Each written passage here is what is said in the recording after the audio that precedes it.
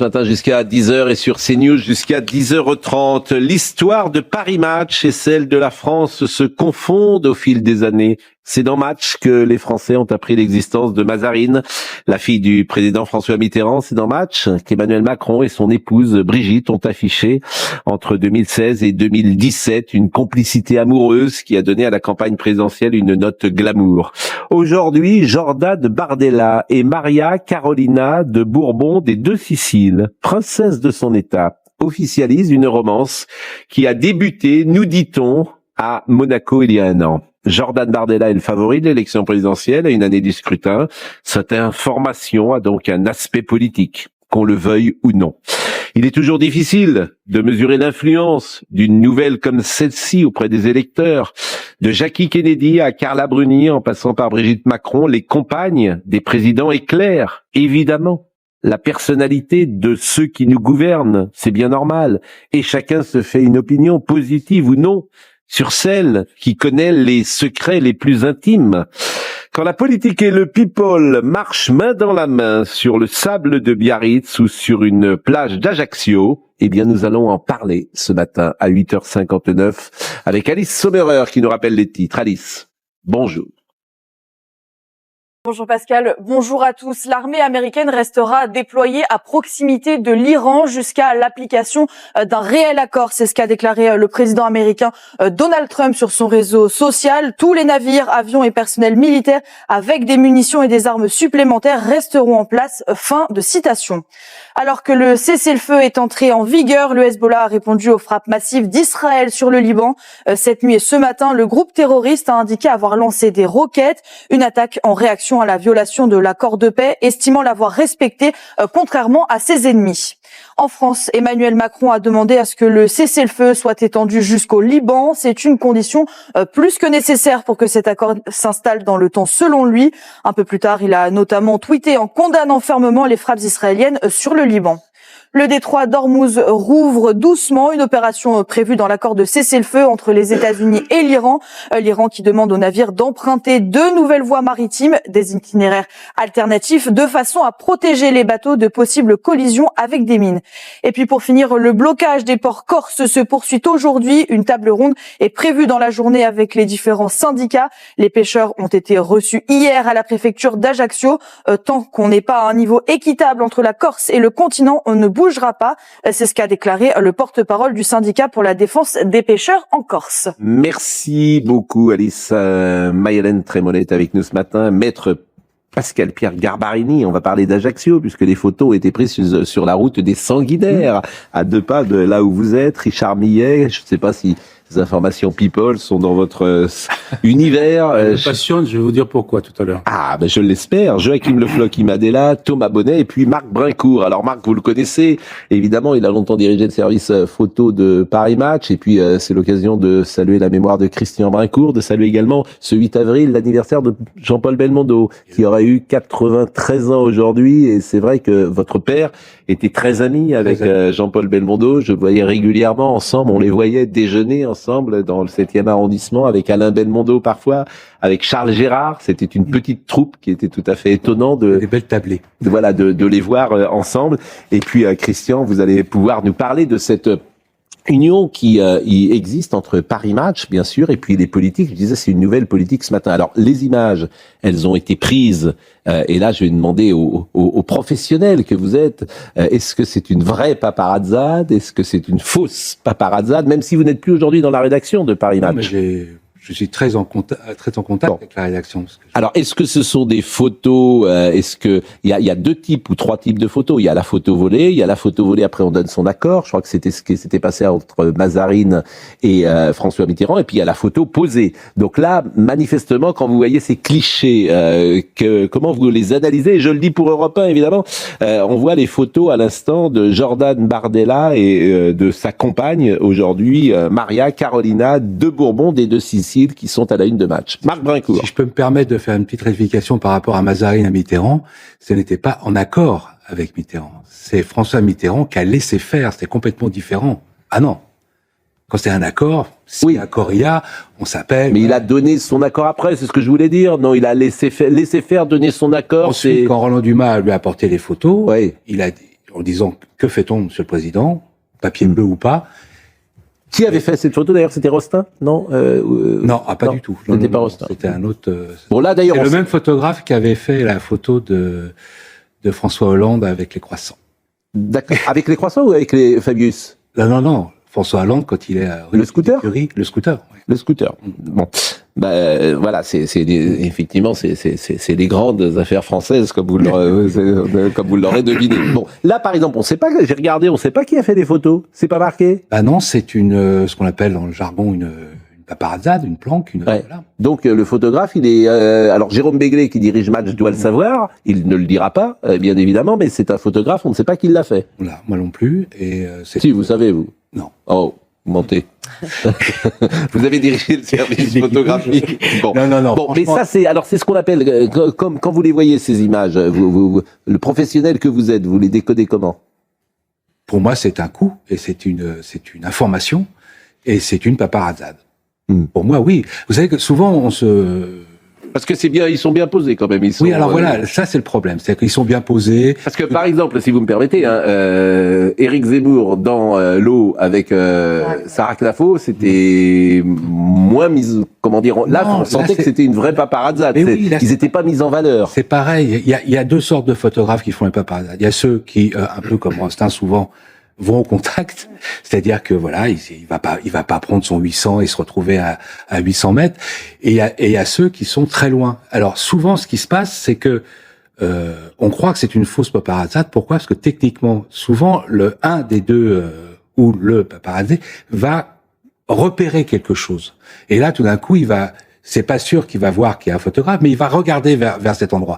À partir du moment où il regarde, ça y est, c'est une fausse paparazzade. C'est vrai que le regard a l'air complice, mais pas du tout.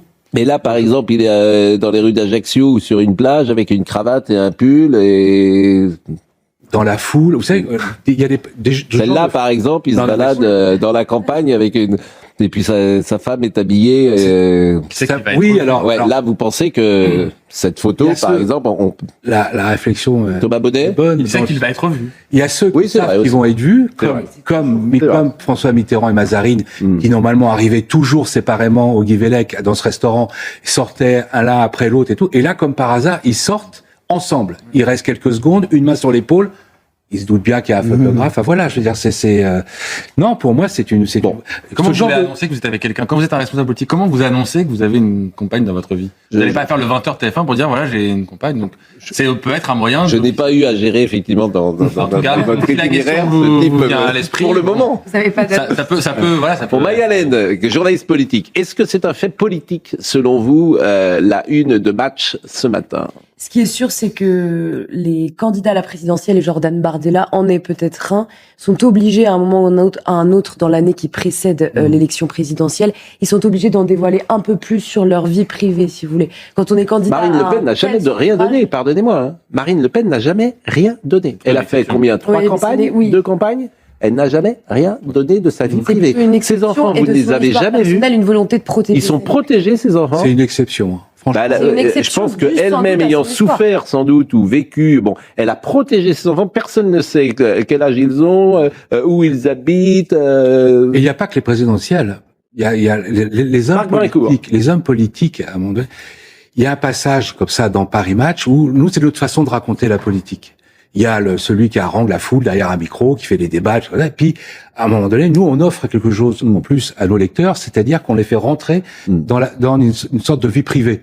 Et puis bon, bah quelquefois C'est c'est la plus vie privée, glamour. c'est un Alors, rendez-vous, et là tout d'un coup, Bon. là, alors C'est pas un peut-être choix politique que je dis là, mais ils sont quand même plus glamour que, je ne sais pas, je vais pas citer un couple, un couple auquel je pense, de la France insoumise. Bon, je les trouve un peu plus glamour. Elle est Voilà, j'ai le droit de dire jolie, ça. elle est jolie, mais bien pas sûr, ils sont mal, jeunes et beaux. plus, enfin, Donc, voilà. bon, Mais ça, maintenant, ce ça, n'est pas un c'est- choix politique que ça c'est j'affiche. pas nous qui faisons les personnages. bon. je veux dire. Donc Mais ce qui c'est est sûr, c'est que Marie-Hélène. Jordan Bardella a écrit 2 livres en 1 an et demi et il tient à préserver sa vie privée, mais d'une manière presque maladive, si vous voulez. C'est quelqu'un et qui, depuis qu'il est entré en politique, a choisi de faire vraiment de sa vie privée un jardin secret que personne ne peut toucher, un peu à l'image de Marine Le Pen.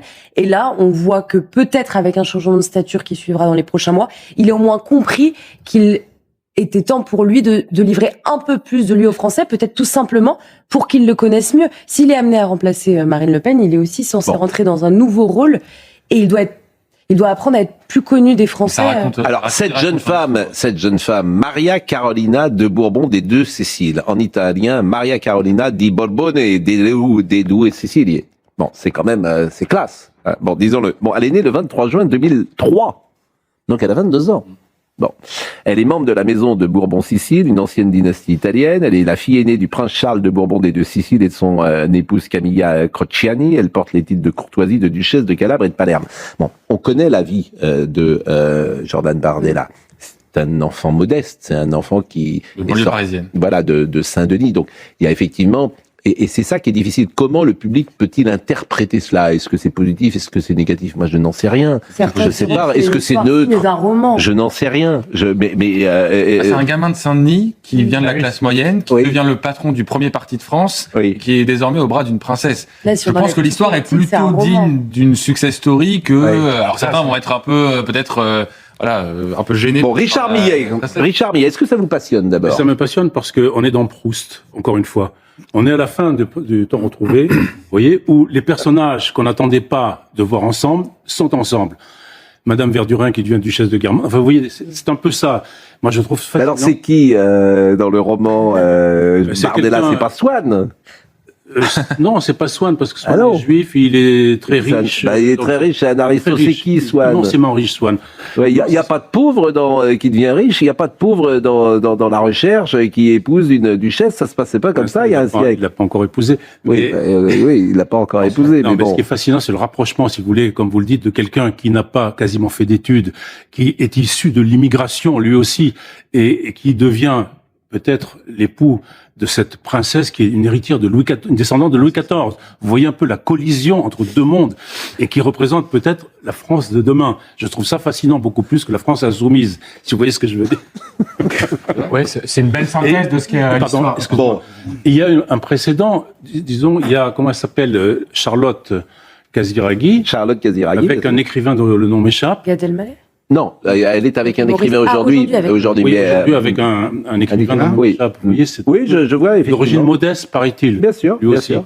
Et vous savez, aujourd'hui, on n'est plus, il n'y a plus la noblesse, le tiers état, et bon, qu'est-ce qu'il faisait à Ajaccio?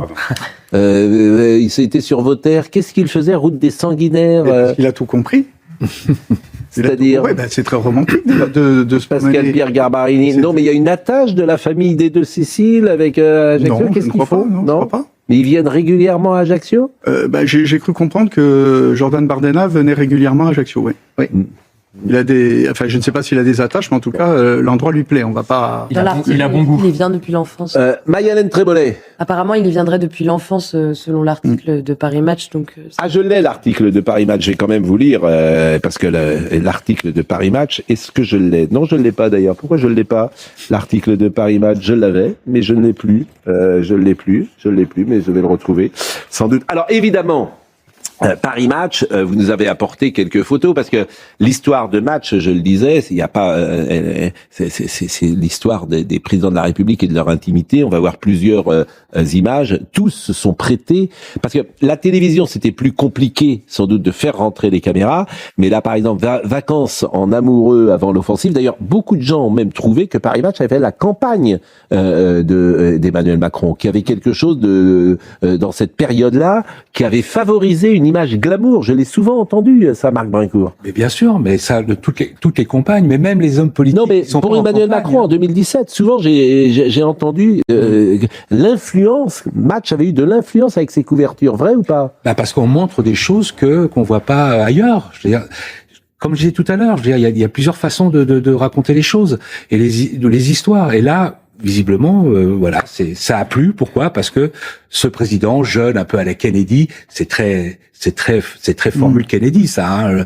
Rappelez-vous les photos de John Kennedy avec sa femme Jackie, faisant du bateau. Les enfants dans avec le les bureau enfants et tout. Voilà.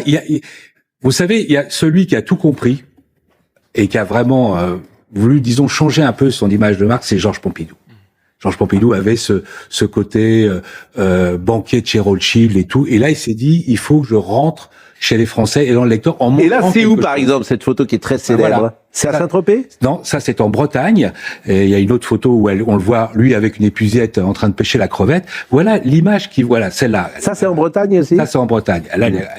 Elle est quand même incroyable. Alors, je le dis pour Europe 1, parce qu'évidemment, à la radio, les images, c'est moins visible. On voit le président Pompidou. D'abord, on adore voir des images du président Pompidou. Cette simplicité qui arrivait quand même en Porsche à Matignon. Vous imaginez? C'est peut-être pour ça aussi qu'il a qui fumait. Aujourd'hui. Qui fumait. Alors ça c'est peut-être pour ça qu'il a aussi montré, essayé de prendre cette photo, parce que rappelez-vous que Général de Gaulle lui avait dit, un Premier ministre ne roule pas en Porsche.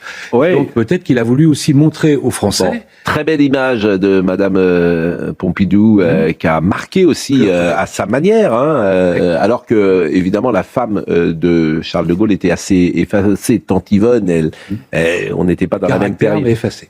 De caractère. Il y a des très beaux livres sur leur histoire d'amour. Moi, j'avais lu Charles et Yvonne, un livre une fois formidable d'une jeune femme qui avait raconté l'intimité très grande et l'histoire d'amour entre les deux. Alors ça, c'est donc ça, c'est une photo, l'histoire de aujourd'hui. C'est un scoop. Oui, je suis à scoop, mais elle est en train de faire comment dire, c'est une image d'Épinal, donc elle est en train de coudre Yvonne de Gaulle et lui lit. Vous vous rendez compte? Il a accepté, on est en 1954, donc là il n'y a pas de.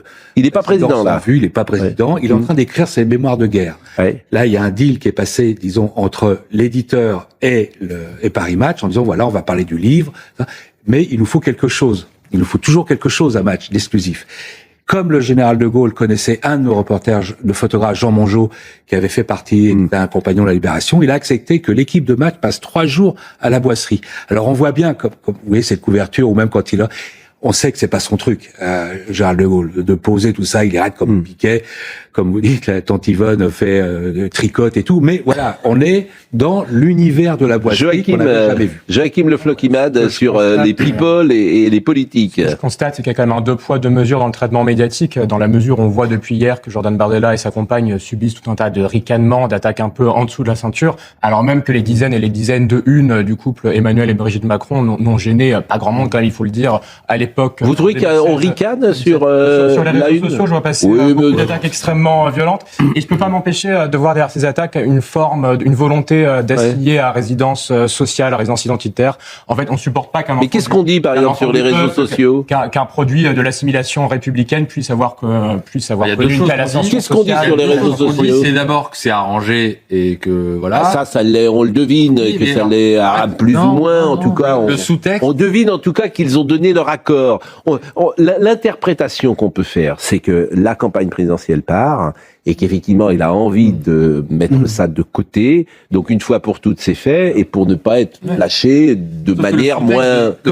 Le sous-texte de ceux qui disent que c'est arrangé, c'est de dire, et je l'ai lu, c'est la normalisation, la banalisation de l'extrême droite. On en revient toujours à la même chose. Et vous parliez, moi je vais dire le nom, Raquel Garrido, Alexis Corbière, qui sont par exemple aujourd'hui, Alexis Corbière est le premier à dénigrer cette une. Lui-même a posé dans Match avec Raquel Garrido, et c'est Gabriel Cluzel qui l'a rappelé sur les réseaux sociaux. Donc, en effet, il y a un 2 poids 2 mesures. Joachim a parfaitement raison. Et aussi, je pense, un peu de mépris social. Jordan Bardella en parle très souvent.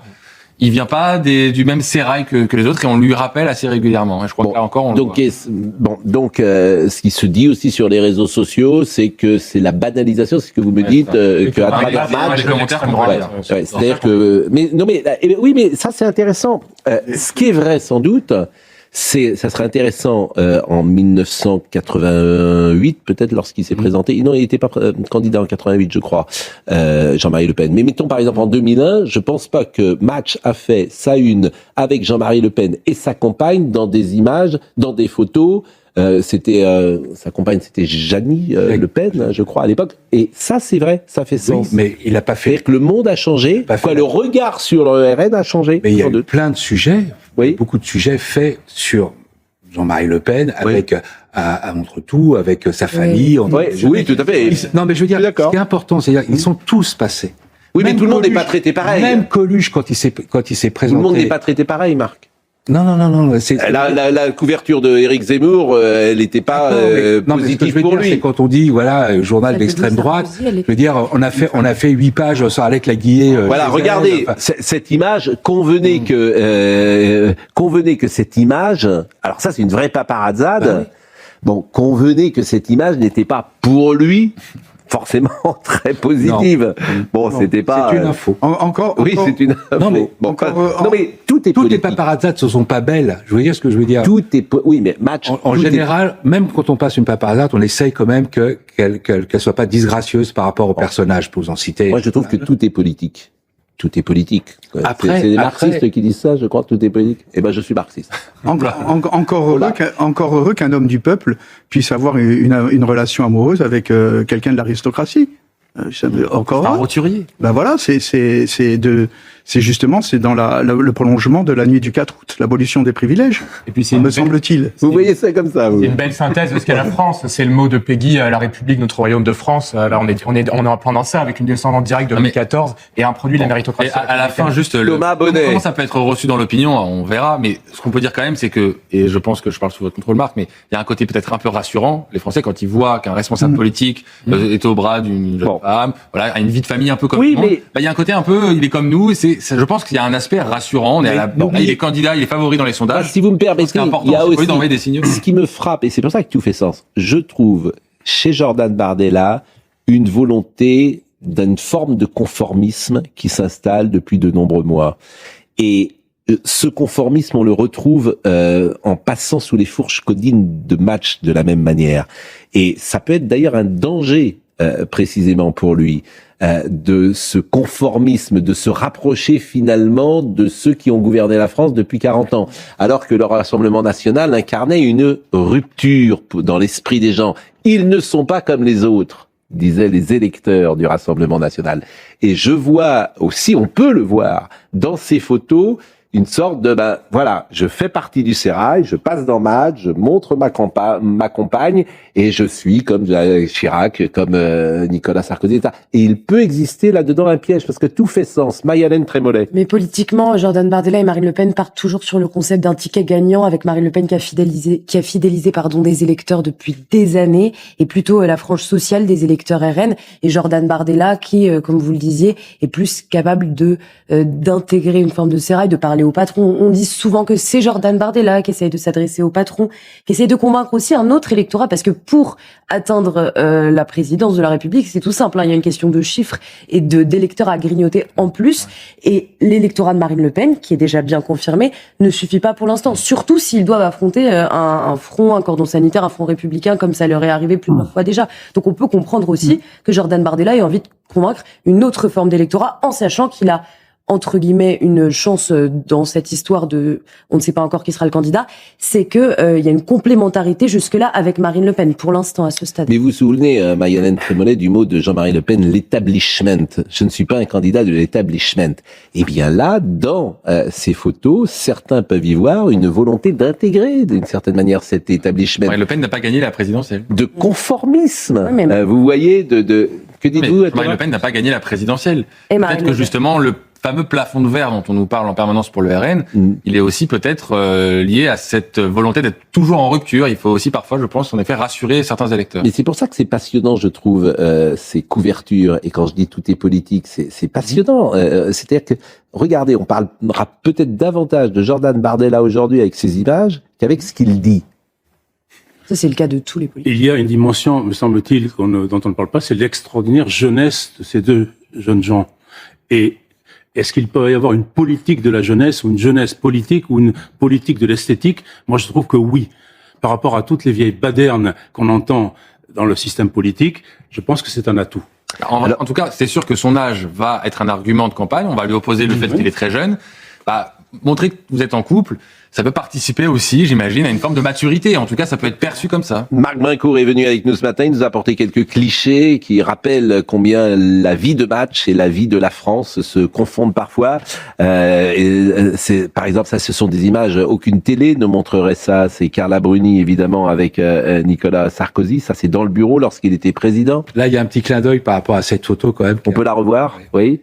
Pourquoi Le un petit- photographe, c'est Pascal Rostin, Oui. célèbre paparazzi. Mais comme il est assez copain avec Carla, il a réussi à ce que le président accepte que ce soit lui. Mais quand je dis clin d'œil, c'est que c'est ce photographe aussi qui avait fait la photo de la femme de Nicolas Sarkozy quand il est à New York avec Athias. Oui. Il aurait pu lui en vouloir. C'est qui était à la une avec qui était à la une de match. Mais là, évidemment, c'est pas une paparazzi parce qu'on est dans le bureau de l'Élysée. Donc Pascal Rosner est très fort, mais s'il arrive à rentrer dans le bureau de l'Élysée sans que ça se voit et de les faire poser, bon. Donc ça, c'est une image effectivement du couple Sarkozy-Bruni. Et c'est vrai que c'est important. Par exemple, moi, je me souviens, Carla Bruni, lorsqu'elle est en Angleterre, habillée comme elle arrive, qu'elle fait cette révérence devant la reine d'Angleterre, les Français que nous sommes sont fiers. Quelle élégance. Mais voilà, c'est très élégant. Voilà, il y a aussi cette dimension là.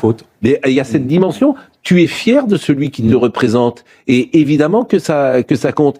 Et je ne citerai pas d'autres premières dames qui parfois ont fait quelques impairs, qui effectivement n'avaient pas la même classe ou la même influence. Elle avait un manteau gris avec un chapeau gris. Mais un petit bibi, elle était sublime. Magnifique. Alors évidemment, Carla Bruni est une très fine ceinture à la taille. Oui, mais vous voyez, il se souvient même de la ceinture.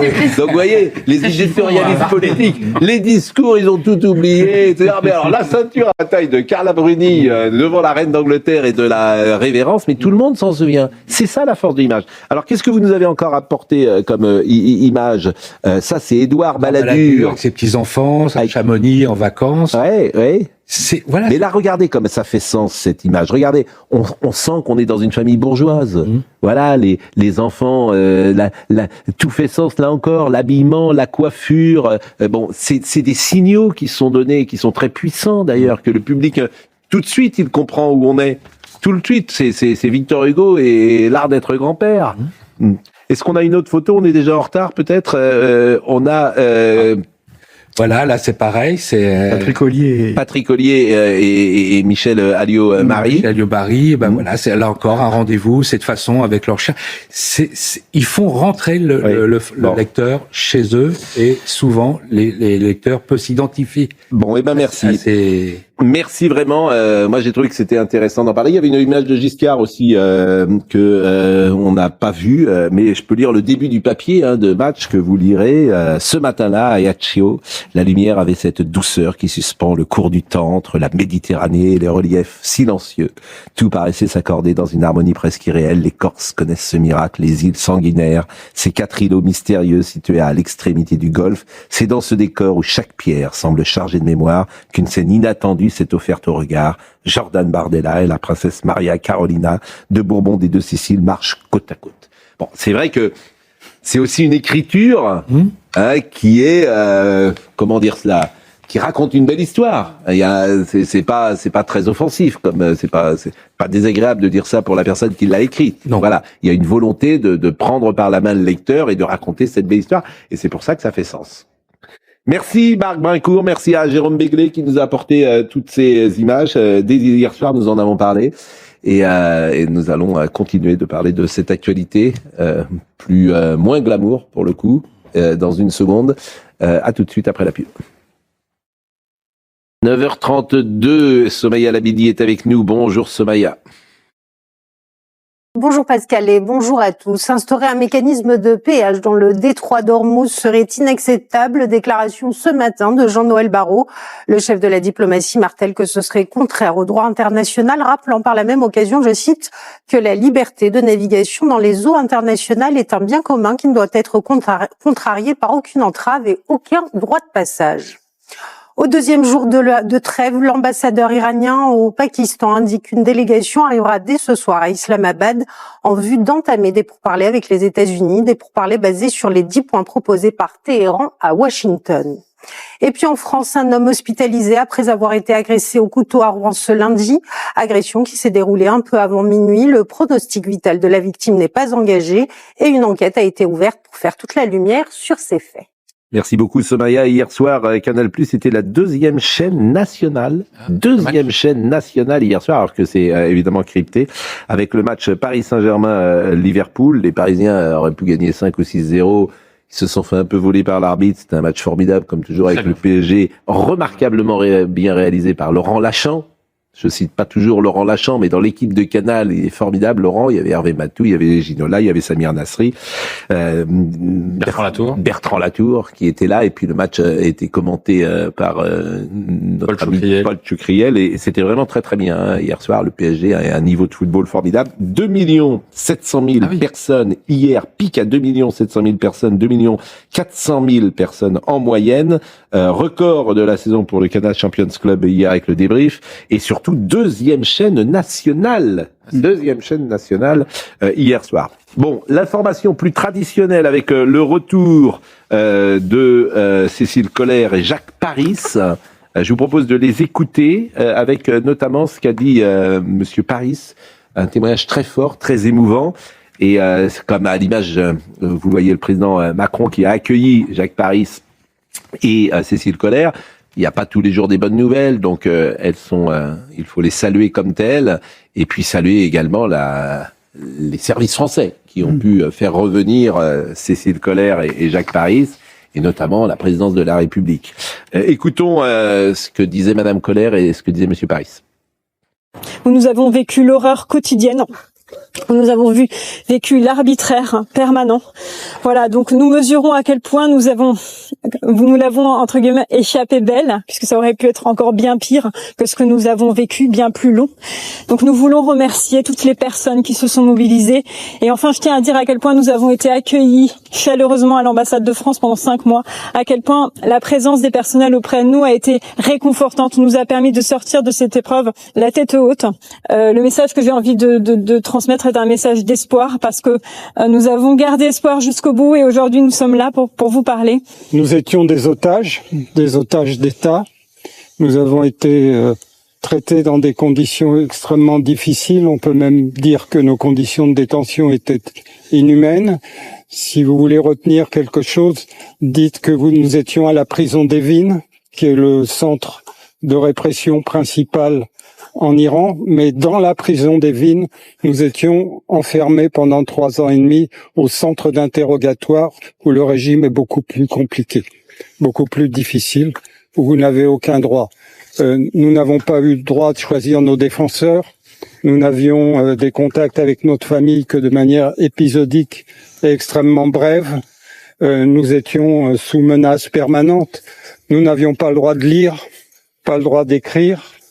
Dès que nous sortions de notre cellule, nous avions les yeux bandés. Ceci pour vous donner une idée du régime qui nous a été imposé. Nous sommes d'autant plus reconnaissants à toute l'aide qui nous a été apportée, comme l'a dit Cécile, à tous les niveaux de l'État, nos familles et tous ceux qui, dans le pays, se sont mobilisés pour nous. Évidemment, l'un des objectifs, sans doute, était de nous briser, de nous casser, de nous ôter toute énergie, toute capacité à expliquer même ce qui s'est passé. Et aujourd'hui, nous pouvons vous dire que pour nous, c'est un nouveau départ. Nous ne sommes pas brisés. Nous allons témoigner, nous allons expliquer, et nous allons profiter de la vie et renouer avec tous nos proches, nos familles, et aller de l'avant. Vive la vie. Vive la vie. Pascal Garbarini, au-delà du message politique, vous qui êtes en contact avec ces gens parfois qui sont emprisonnés, on est surpris de ce que l'homme est capable de supporter. Est-ce que l'avocat que vous êtes est parfois vous-même surpris lorsque vous voyez un de vos clients entrer en prison, soit positivement parce qu'il résiste mieux que vous l'imaginiez, ou soit au contraire négativement? Mais en fait, il n'y a pas de règle. Il n'y a pas de règle, ça dépend vraiment de la personne. Moi, j'ai vu des personnes qui, dehors, lorsqu'ils étaient libres, eh bien, avaient une vraie posture, avaient une vraie stature, et on pensait qu'ils étaient très forts. Et puis, en revanche, en prison, c'est toujours ce que je dis, c'est que vous savez, en prison, c'est lorsque la porte se ferme et que vous êtes seul avec les 4 murs. Hein. Mais vous n'êtes pas étonné par ce témoignage, Richard Millet, de cet homme après l'enfer et cette femme qui paraissent savoir supporter l'indicible? Oui, et je me demande comment ils ont pu le supporter. Pour une raison très simple, c'est qu'ils viennent de le dire, on n'avait pas le droit d'écrire ni de lire. Or, pendant 3 ans, Or, si vous vous souvenez que Jean-Paul Kaufmann, lui aussi a été prisonnier du Hezbollah pendant 3 ans, le Hezbollah lui avait fait passer une Bible et le 2e volume ou le 1er volume de Guerre et Paix. Et il en était réduit à imaginer la suite de Guerre et Paix. Vous voyez, au moins il avait de quoi lire. Là, sans lire, dans une prison où, comme le disait un précédent otage qui a été libéré, on entendait pleurer les condamnés à mort, qui étaient pendus à l'aube. Et ça, je me demande comment ils ont fait pour supporter ça. Mais Pascal Garbarini. Lorsque j'ai défendu les otages en Syrie et que je défendais Édouard Elias dans l'affaire Nemouche, où il a été condamné à perpétuité, moi j'avais été, d'ailleurs j'avais les larmes aux yeux à l'audience lorsque ces otages sont venus témoigner à la barre de ce qu'ils avaient vécu. Et là, tu te dis, c'est horrible en fait. Et là aussi, c'est pareil, puisqu'ils entendaient dans la salle de torture qui était juste à côté. Et donc, et ils étaient bandés, les yeux bandés, et lorsque la porte s'ouvrait, ils ne savaient pas ce qu'ils allaient devenir, parce qu'on leur mettait une Kalachnikov sur la tête, avec Didier François, etc. Mais je ne sais pas, ils sont restés en 14 mois, je ne sais pas comment ils ont tenu, sachant que en même temps ils apprenaient qu'il y avait des otages américains qui avaient été décapités. Donc la force, et là on le voit, ce qui compte, c'est la solidarité entre eux. Hein. Ils étaient frères de sang, hein, vraiment. Non, mais l'homme, à chaque fois on se fait la même réflexion, l'homme est capable de supporter des choses absolument incroyables. Lorsque la fameuse prison en Syrie a été ouverte, j'avais lu un long papier dans le Figaro. Ce qu'avaient enduré ces hommes pendant des années était invraisemblable. Bon, est-ce qu'on a des coulisses sur la libération, Thomas Bonnet? Et on écoutera tout à l'heure l'ambassadeur de France en Iran. Oui, alors justement, l'ambassadeur de France en Iran a quitté l'ambassade également en même temps qu'eux, en voiture. Ils sont allés jusqu'en Azerbaïdjan. Et pour l'instant, donc, il n'est pas retourné à l'ambassade de France en Iran. Et la question qu'on peut légitimement se poser, c'est dans quelle mesure la présence de nos 2 otages en Iran conditionnait notre position diplomatique aussi vis-à-vis du régime. Maintenant qu'ils sont libérés, est-ce que ça change totalement la donne? Il y a eu un échange, visiblement. Il y a eu un échange avec le président iranien entre Emmanuel Macron. Non, mais il y a eu un échange aussi avec une jeune femme. Évidemment, il y avait une Iranienne qui avait été condamnée pour apologie du terrorisme, qui a été assignée à résidence et qui va désormais faire ses valises pour retourner en Iran. Alors, il était ce matin chez nos confrères d'RTL. Pierre Cochard, c'est l'ambassadeur de France en Israël. Écoutons-le. Le feu vert, il a été en plusieurs étapes, mais l'élément important, c'était la conversation du ministre avec son homologue Araghchi dimanche, dans lequel la volonté de tourner la page et d'aboutir a été clairement exprimée. Ensuite, il a fallu la mettre en œuvre. C'est toujours compliqué, bien sûr, lorsqu'on discute de la mise en œuvre d'une décision comme celle-ci. Mais c'est vous qui avez discuté pour la mise en œuvre. Oui, on a discuté avec des interlocuteurs pour certains qui ont dû mourir entre-temps, non? Alors, pas ceux avec lesquels on parlait ces derniers jours, mais bien sûr, ça a été le cas de certains de nos interlocuteurs. Donc voilà, on a concrétisé cette décision. On a eu le feu vert vraiment complet pour partir la veille même de notre départ. Pierre Cochard, l'ambassadeur de France en Israël. En Iran. Je le dis 2 fois en plus. En Iran. Et je vous propose bien sûr, on a eu des nouvelles, on les a vues et ils ont l'air de bien aller, mais il est revenu également sur l'état de santé de monsieur Paris et de madame Koller. Ils vont bien parce que ils ont eu une volonté de faire pendant cette période. Donc ils n'ont pas cédé aux pressions, ils n'ont pas cédé non plus à ce qu'implique la détention, ils ont fait du sport en cellule, ils ont toujours voulu tenir, et ils ont tenu. Donc ils vont bien, aussi bien et beaucoup mieux qu'on pouvait le craindre après, notamment que je les ai rencontrés à la prison d'Evin. Je crois que, ça s'est senti hier lorsqu'ils se sont exprimés. Ils sont toujours combatifs et ils ont la volonté de reprendre une vie normale.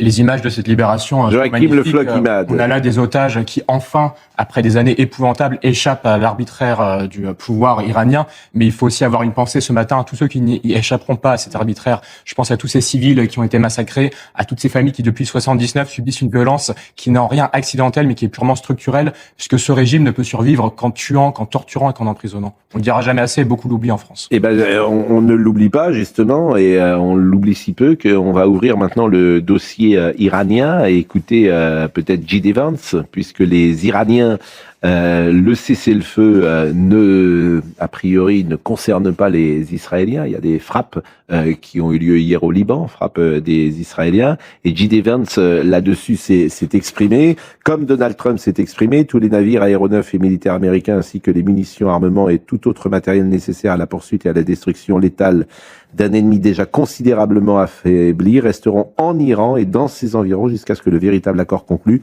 soit pleinement respecté, a-t-il dit ces dernières heures. Emmanuel Macron, lui, a tweeté: je viens de m'entretenir avec le président libanais Joseph Aoun ainsi qu'avec le premier ministre Salam. Je leur ai exprimé la pleine solidarité de la France face aux frappes indiscriminées menées par Israël au Liban aujourd'hui qui ont fait de très nombreuses victimes civiles. Nous les condamnons avec la plus grande fermeté. Richard Millet, je vous vois réagir. J'ai peine à croire que ce soit des frappes indiscriminées. C'est un scandale de dire ça. Comme si Israël était un assassin qui tire n'importe où au Liban. Il se trouve que le Hezbollah, qui depuis 45 ans a truffé le Liban de tunnels, de caches, etc., dans tout le pays, est en train de faire une politique d'occupation des quartiers chrétiens, des villages chrétiens, justement pour se mettre à l'abri. Or, Israël essaie de se débarrasser de ces personnes du Hezbollah, et parfois il y a des dommages, comme on dit, collatéraux. Hier, il y a eu 220 morts et je crois 1000 blessés. Mais c'est vrai que la phrase du président de la République, ces frappes menacent directement la pérennité du cessez-le-feu qui vient d'être conclu. Une nouvelle fois, Emmanuel Macron, vis-à-vis d'Israël, prend une position qui sera, interprétée comme une défiance d'Israël. C'est dans la continuité, en effet, de ces prises de position. Après, je ne maîtrise pas assez, en effet, les frappes telles qu'elles sont menées par l'armée israélienne. Mais vous entendez ces critiques qui émanent désormais d'un certain nombre d'acteurs du dossier qui disent le cessez-le-feu est si fragile que ces frappes intenses à quelques heures après la mise en application du cessez-le-feu, évidemment, c'est de nature à peut-être mettre en péril ce cessez-le-feu. Le cessez-le-feu ne concerne pas Israël et c'est ce que va dire, c'est ce qu'a dit J.D. Vance. Écoutez-le, J.D. Vance, vice-président des États-Unis. Je pense que les Iraniens croyaient que le cessez-le-feu s'étendait au Liban, alors que ce n'était pas le cas. Nous n'avons jamais laissé entendre que ce serait le cas. Ce que nous avons dit, c'est que le cessez-le-feu concernait principalement l'Iran et les alliés des États-Unis, à savoir Israël et les États arabes du Golfe. Cela dit, d'après ce que j'ai compris encore une fois, je suis censé recevoir un rapport plus complet lorsque je monterai dans l'avion. Les Israéliens ont en fait proposé de faire preuve d'une certaine retenue au Liban, car ils veulent s'assurer que nos négociations aboutissent. Et en parallèle, je vous propose d'écouter la réaction de Benjamin Netanyahou.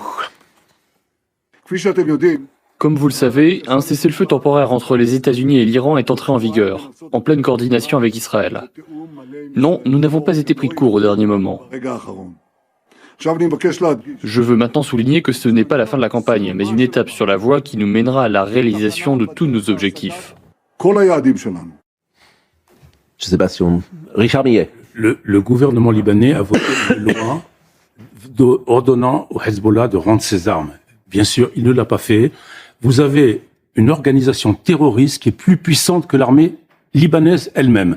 Donc comment voulez-vous que les Israéliens, c'est un peu comme s'ils avaient l'Iran à leur porte. Donc c'est normal qu'ils se défendent et qu'ils attaquent et qu'ils essaient de nettoyer. Avec l'assentiment secret de presque toute la population libanaise, y compris des chiites, de la rue qui en ont par-dessus la tête d'être bombardés. Alors comment vous expliquez la position d'Emmanuel Macron ? C'est comme reconnaître la Palestine, on ne sait pas très bien. Il navigue à vue il essaie de ménager certains régimes arabes, voilà. Il a des canaux de discussion avec le Hezbollah. On sait qu'il y a eu dans la diplomatie française, il y avait parfois eu des discussions, des canaux de discussion. Quel est son intérêt ? Sur le Liban, il essaye d'être très impliqué sur le dossier avec des réussites très très modérées. Je suis là en dessous de la réalité, donc je pense qu'il est encore dans cette tentative un peu d'être le médiateur. Juste un mot sur le contexte, parce qu'on a entendu J.D. Vance prendre la parole. C'est lui désormais qui est en tête des États-Unis pour les négociations. C'est lui qui va aller à Islamabad. J.D. Vance, on sait que c'est le moins va-t-en-guerre de l'administration Trump. C'est plutôt de ceux qui ont essayé de dissuader Trump d'y aller. Et à ce sujet, il y a un article du New York Times qui est en train de secouer un peu la sphère politique américaine. C'est-à-dire que vous avez la description de comment Trump est entré en guerre. Et visiblement, il aurait suivi les recommandations des autorités israéliennes contre l'avis d'un certain nombre de son entourage, dont J.D. Vance. Et ce qui est intéressant, plus que l'article en lui-même, c'est le fait qu'il y ait des fuites à ce niveau-là dans l'administration américaine. Ça montre que tout le monde n'est pas raccord sur ce qui est en train de se passer. Et quand J.D. Vance dit « je comprends que l'armée israélienne va faire preuve de retenue », en fait, presque il les invite à faire preuve de retenue en disant ce qu'il dit. Marie-Hélène Trémolet, vous voulez ajouter quelque Je vais chose? revenir sur ce que vous disiez sur Emmanuel Macron qui navigue à vue. Au-delà du Liban, il y a le concept en même temps, la volonté d'exister sur ce dossier. C'est compliqué pour Emmanuel Macron depuis un mois. On rappelle qu'il n'avait pas du tout été tenu au courant de la première offensive des États-Unis et que depuis, il y a aussi une volonté de s'imposer comme un médiateur dans le conflit dans la région et que c'est difficile pour lui puisqu'il est laissé de côté par les deux camps. Mais le positionnement de Joachim Le Floch, on pourrait qualifier en effet de plus modéré, de moins va-t-en-guerre, pour parler vite, s'explique par des considérations personnelles, il a toujours été sur ces lignes, mais aussi par des enjeux de politique intérieure. Il y a le besoin de parler à une partie, à une large partie de l'électorat républicain, mais de toute l'opinion américaine, hein, puisqu'il y a à peu près qu'un tiers des Américains qui soutiennent la prolongation de la guerre. 4 en tout cas au début, et les midterms arrivent dans quelques mois, donc pour Donald Trump, ça va être... Bon. Et puis il y a les 250 ans de l'indépendance des États-Unis, il aimerait se débarrasser de ce boulet avant. Bon, oui, Richard Millet. Excusez-moi. Est-ce que vous savez que Trump a un gendre libanais? Le mari d'une de ses filles, Tiffany Trump, est d'origine libanaise. Donc, il est parfaitement renseigné sur le sujet. Écoutez Robert Ménard qui parlait de Donald Trump précisément ce matin avec Laurence Ferrari. Je ne suis pas sûr que M. Trump soit le gagnant. Moi, j'hésite entre il se fout de nous ou il est cinglé de temps en temps. Honnêtement, j'en suis à ce point-là, tant je trouve ça sidérant. Vous arrivez à le prendre au sérieux, vous? Moi, non. C'est le président des États-Unis élu démocratiquement. Voilà. Sauf qu'il est donc ça, c'est il est président des États-Unis, il est président de la plus grande puissance du monde, et il est un type aussi dangereux. Bon, avant de rejoindre nos amis d'Europe 1, je voulais vous parler de Jean-Marc Dumontet, qui est le producteur de Monsieur Canteloup. Parce que moi, je regarde jamais Canteloup, mais tous les soirs, paraît-il, je ne regarde jamais parce que je suis à l'antenne à ce moment-là, tous les soirs, Monsieur Canteloup nous fait passer pour des racistes, tous les soirs, sur l'antenne de TF1. Donc, et tous les soirs, Monsieur Dumontet, donc qui est le producteur. Alors, il se sert de Canteloup parce que il est très remonté, manifestement, Monsieur Dumontet, contre le Journal du Dimanche, contre CNews. On peut voir son visage d'ailleurs parce que effectivement, et c'est pas un homme, il ne paraît pas très serein forcément. Et il nous attaque. Alors, bien sûr, tous les soirs, c'est répétitif. Alors, je sais pas si c'est drôle ou pas drôle. Je sais pas si vous le... Les peu de fois où j'ai regardé, c'était pas drôle. Et ça m'a... Alors, je sais que ça va s'arrêter parce que TF1 a arrêté le contrat parce qu'ils sont pas du tout contents de lui, paraît-il, et donc de Monsieur Canteloup. Alors, hier soir, c'était Marine Le Pen, Éric Ciotti, Éric Zemmour, Jean-Philippe Tanguy. Les cibles sont toujours les mêmes. Alors, je crois qu'il est producteur de spectacles. Il a quelques théâtres, Monsieur Dumontet. Oui. C'est quelqu'un qui n'est pas tout à fait neutre par ailleurs. Il a quand même été conseiller culture d'Emmanuel Macron. C'est un soutien de longue date. On a aussi des gens qui sont en train de perdre la bataille du récit et qui attaquent CNews. Alors bon. Des mauvais perdants d'une certaine manière. Tout le monde le connaît un peu dans Paris. C'est vrai que c'est pas c'est pas un phare de la pensée, Monsieur Dumontet. Tout le monde le sait plus ou moins. Mais bon, comme il nous attaque régulièrement et que il se sert en plus de Nicolas Canteloup, nous on va en parler aussi comme ça.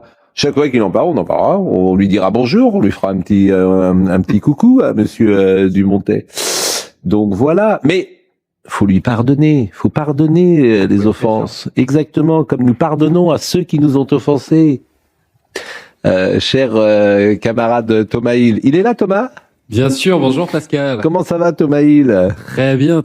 On va parler d'intelligence artificielle nous ce matin, qui est en train de tout révolutionner dans le monde. C'est avec Bruno Patino qui parle carrément du temps de l'obsolescence humaine. Est-ce qu'on sera encore utile demain? C'est une grande question. Il y a quelques personnes qui le sont déjà pas trop, si vous voulez, si vous me permettez. Mais là, vous avez élevé le niveau. Et à part l'obsolescence humaine, humaine. On parlera avec la maquilleuse de la Maison Blanche, Audrey Lefebvre, qui a sorti un livre. En fait, c'est une Française qui est partie maquiller aux États-Unis, qui a eu énormément de succès là-bas, qui s'est retrouvée à la Maison Blanche à s'occuper de tous les derniers présidents américains, Joe Biden, Donald Trump, Bill Clinton aussi. Elle a maquillé Bill Clinton, et donc elle raconte tout ça dans un livre qui s'appelle La Confidente, parce que forcément on est au plus proche. J'imagine que votre maquilleuse connaît tous vos secrets, Pascal. En tout cas, là où vous avez raison, c'est que les maquilleuses savent tout de la personne, savent tout. Elles devinent la personne qu'elles maquillent. Et c'est toujours intéressant de les faire parler des hommes politiques ou des femmes politiques. Parce que les gentils ne sont pas toujours ceux qu'on croit. Les pas gentils ne sont pas toujours ceux qu'on croit. Et parfois, vous savez, des gens à gauche qui avancent le cœur en bandoulière se conduisent pas toujours très bien avec les maquilleurs. Vous avez des noms et les à nous donner, Pascal? Oui, je vais vous les donner hors antenne, amis.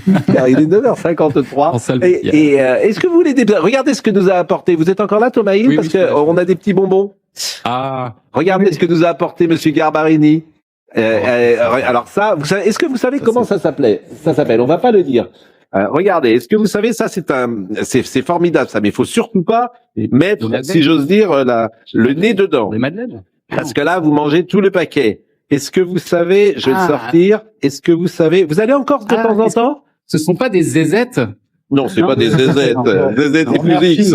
C'est pas, attendez. Regardez, je vais vous montrer. Je vois, c'est marqué sur le paquet. Est-ce que vous savez comment ça s'appelle? Canistrelli, oui, c'est excellent, ça. C'est un peu dur, non? Ça s'appelle comment? Les canistrines.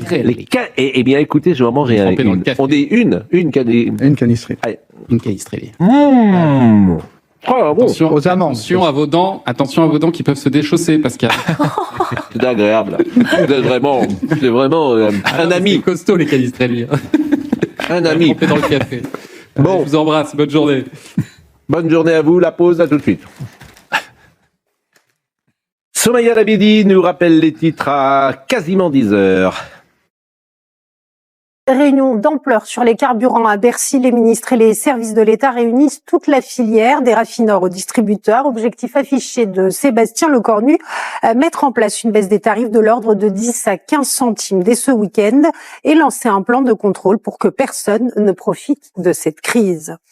Une enquête ouverte le 3 avril par le parquet national antiterroriste pour des chefs d'associations de malfaiteurs terroristes en vue de la préparation d'un ou plusieurs crimes suite à la diffusion de 2 vidéos sur les réseaux sociaux montrant un homme âgé de 35 ans évoquant sur la première son souhait de mourir en martyr et tirant dans la rue avec une arme à feu sur la deuxième. Autre enquête ouverte, cette fois après plusieurs incendies criminels qui ont touché mardi des installations électriques à Bourges, chemin de Villeneuve et à la chapelle Saint-Ursin, avenue de l'Europe. Ce sont les transformateurs électriques qui ont été ciblés à un préjudice estimé à plusieurs millions d'euros d'après la préfecture du Cher dans un communiqué qui précise que la durée des travaux de remise en état pourrait être de plusieurs mois. Merci beaucoup, Somaya. Et puis je rajoute que Éric Ciotti a été élu président de la métropole Nice-Côte d'Azur. C'est une information du matin. Il y a aussi Alexandre Masson qui a été élu à la tête de l'agglomération de Menton, ce qui était une première aussi pour le RN en l'occurrence. Les carburants, avec Monsieur Lecornu qui a demandé que ça baisse aussi vite que ça a monté. Pas sûr que ce soit le cas. Écoutons-le.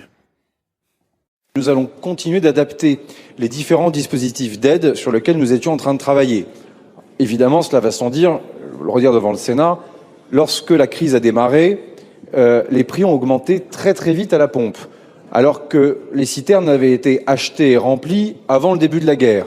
Donc autant que le gouvernement peut comprendre qu'il y ait 3 ou 4 jours de délai entre le début de ce cessez-le-feu et la répercussion à la pompe, autant qu'il est évident que les effets devront se voir à la pompe à partir de la fin du week-end, début de semaine prochaine. Et le ministre Papin, d'ailleurs, aura l'occasion d'y revenir sur différentes initiatives de contrôle. Et demain, les différents ministres discuteront avec les distributeurs pour s'assurer évidemment que les choses iront dans le bon sens. Bon, on rappelle que le prix de l'essence est libre en France, qu'il n'y a aucun contrôle possible, que les gens font ce qu'ils veulent et que c'est de la com. Oui, puis que le baril a un peu remonté en plus ce matin. Donc, il a remonté le baril? Il était à 97 ce matin. Là, je sais pas, j'ai pas regardé dernièrement, mais donc après avoir baissé hier, il a remonté ce matin. Donc la question maintenant, c'est est-ce que ça va avoir des conséquences sur le prix? Mais en fait, à chaque fois, c'est un peu la même chose, c'est que c'est une parole qui est assez vide de sens, parce que de toute façon, c'est comme vous le dites, les distributeurs fixent le prix et le gouvernement n'a pas la main là-dessus. La seule main qu'ils ont, c'est sur les taxes. Et ils n'y touchent pas. Donc en fait, ça ne change rien. Bon, ce qui est positif quand même, c'est qu'il n'y aura pas de pénurie sans doute et il n'y aura pas de file d'attente devant les stations-service et que les gens sont un peu rassurés. Oui, je serais prudent avant de dire qu'il n'y aura pas de pénurie. D'autres s'y sont aventurés et ont été dédits. Bon, le voile de Monsieur Nunez et la position également de Monsieur Nunez, parce qu'il était allé donc le 12 mars à la Grande Mosquée, il avait dit cette phrase étonnante, le président de la République, il avait fait parler le président de la République, est très attaché à développer l'islam en France. Bon.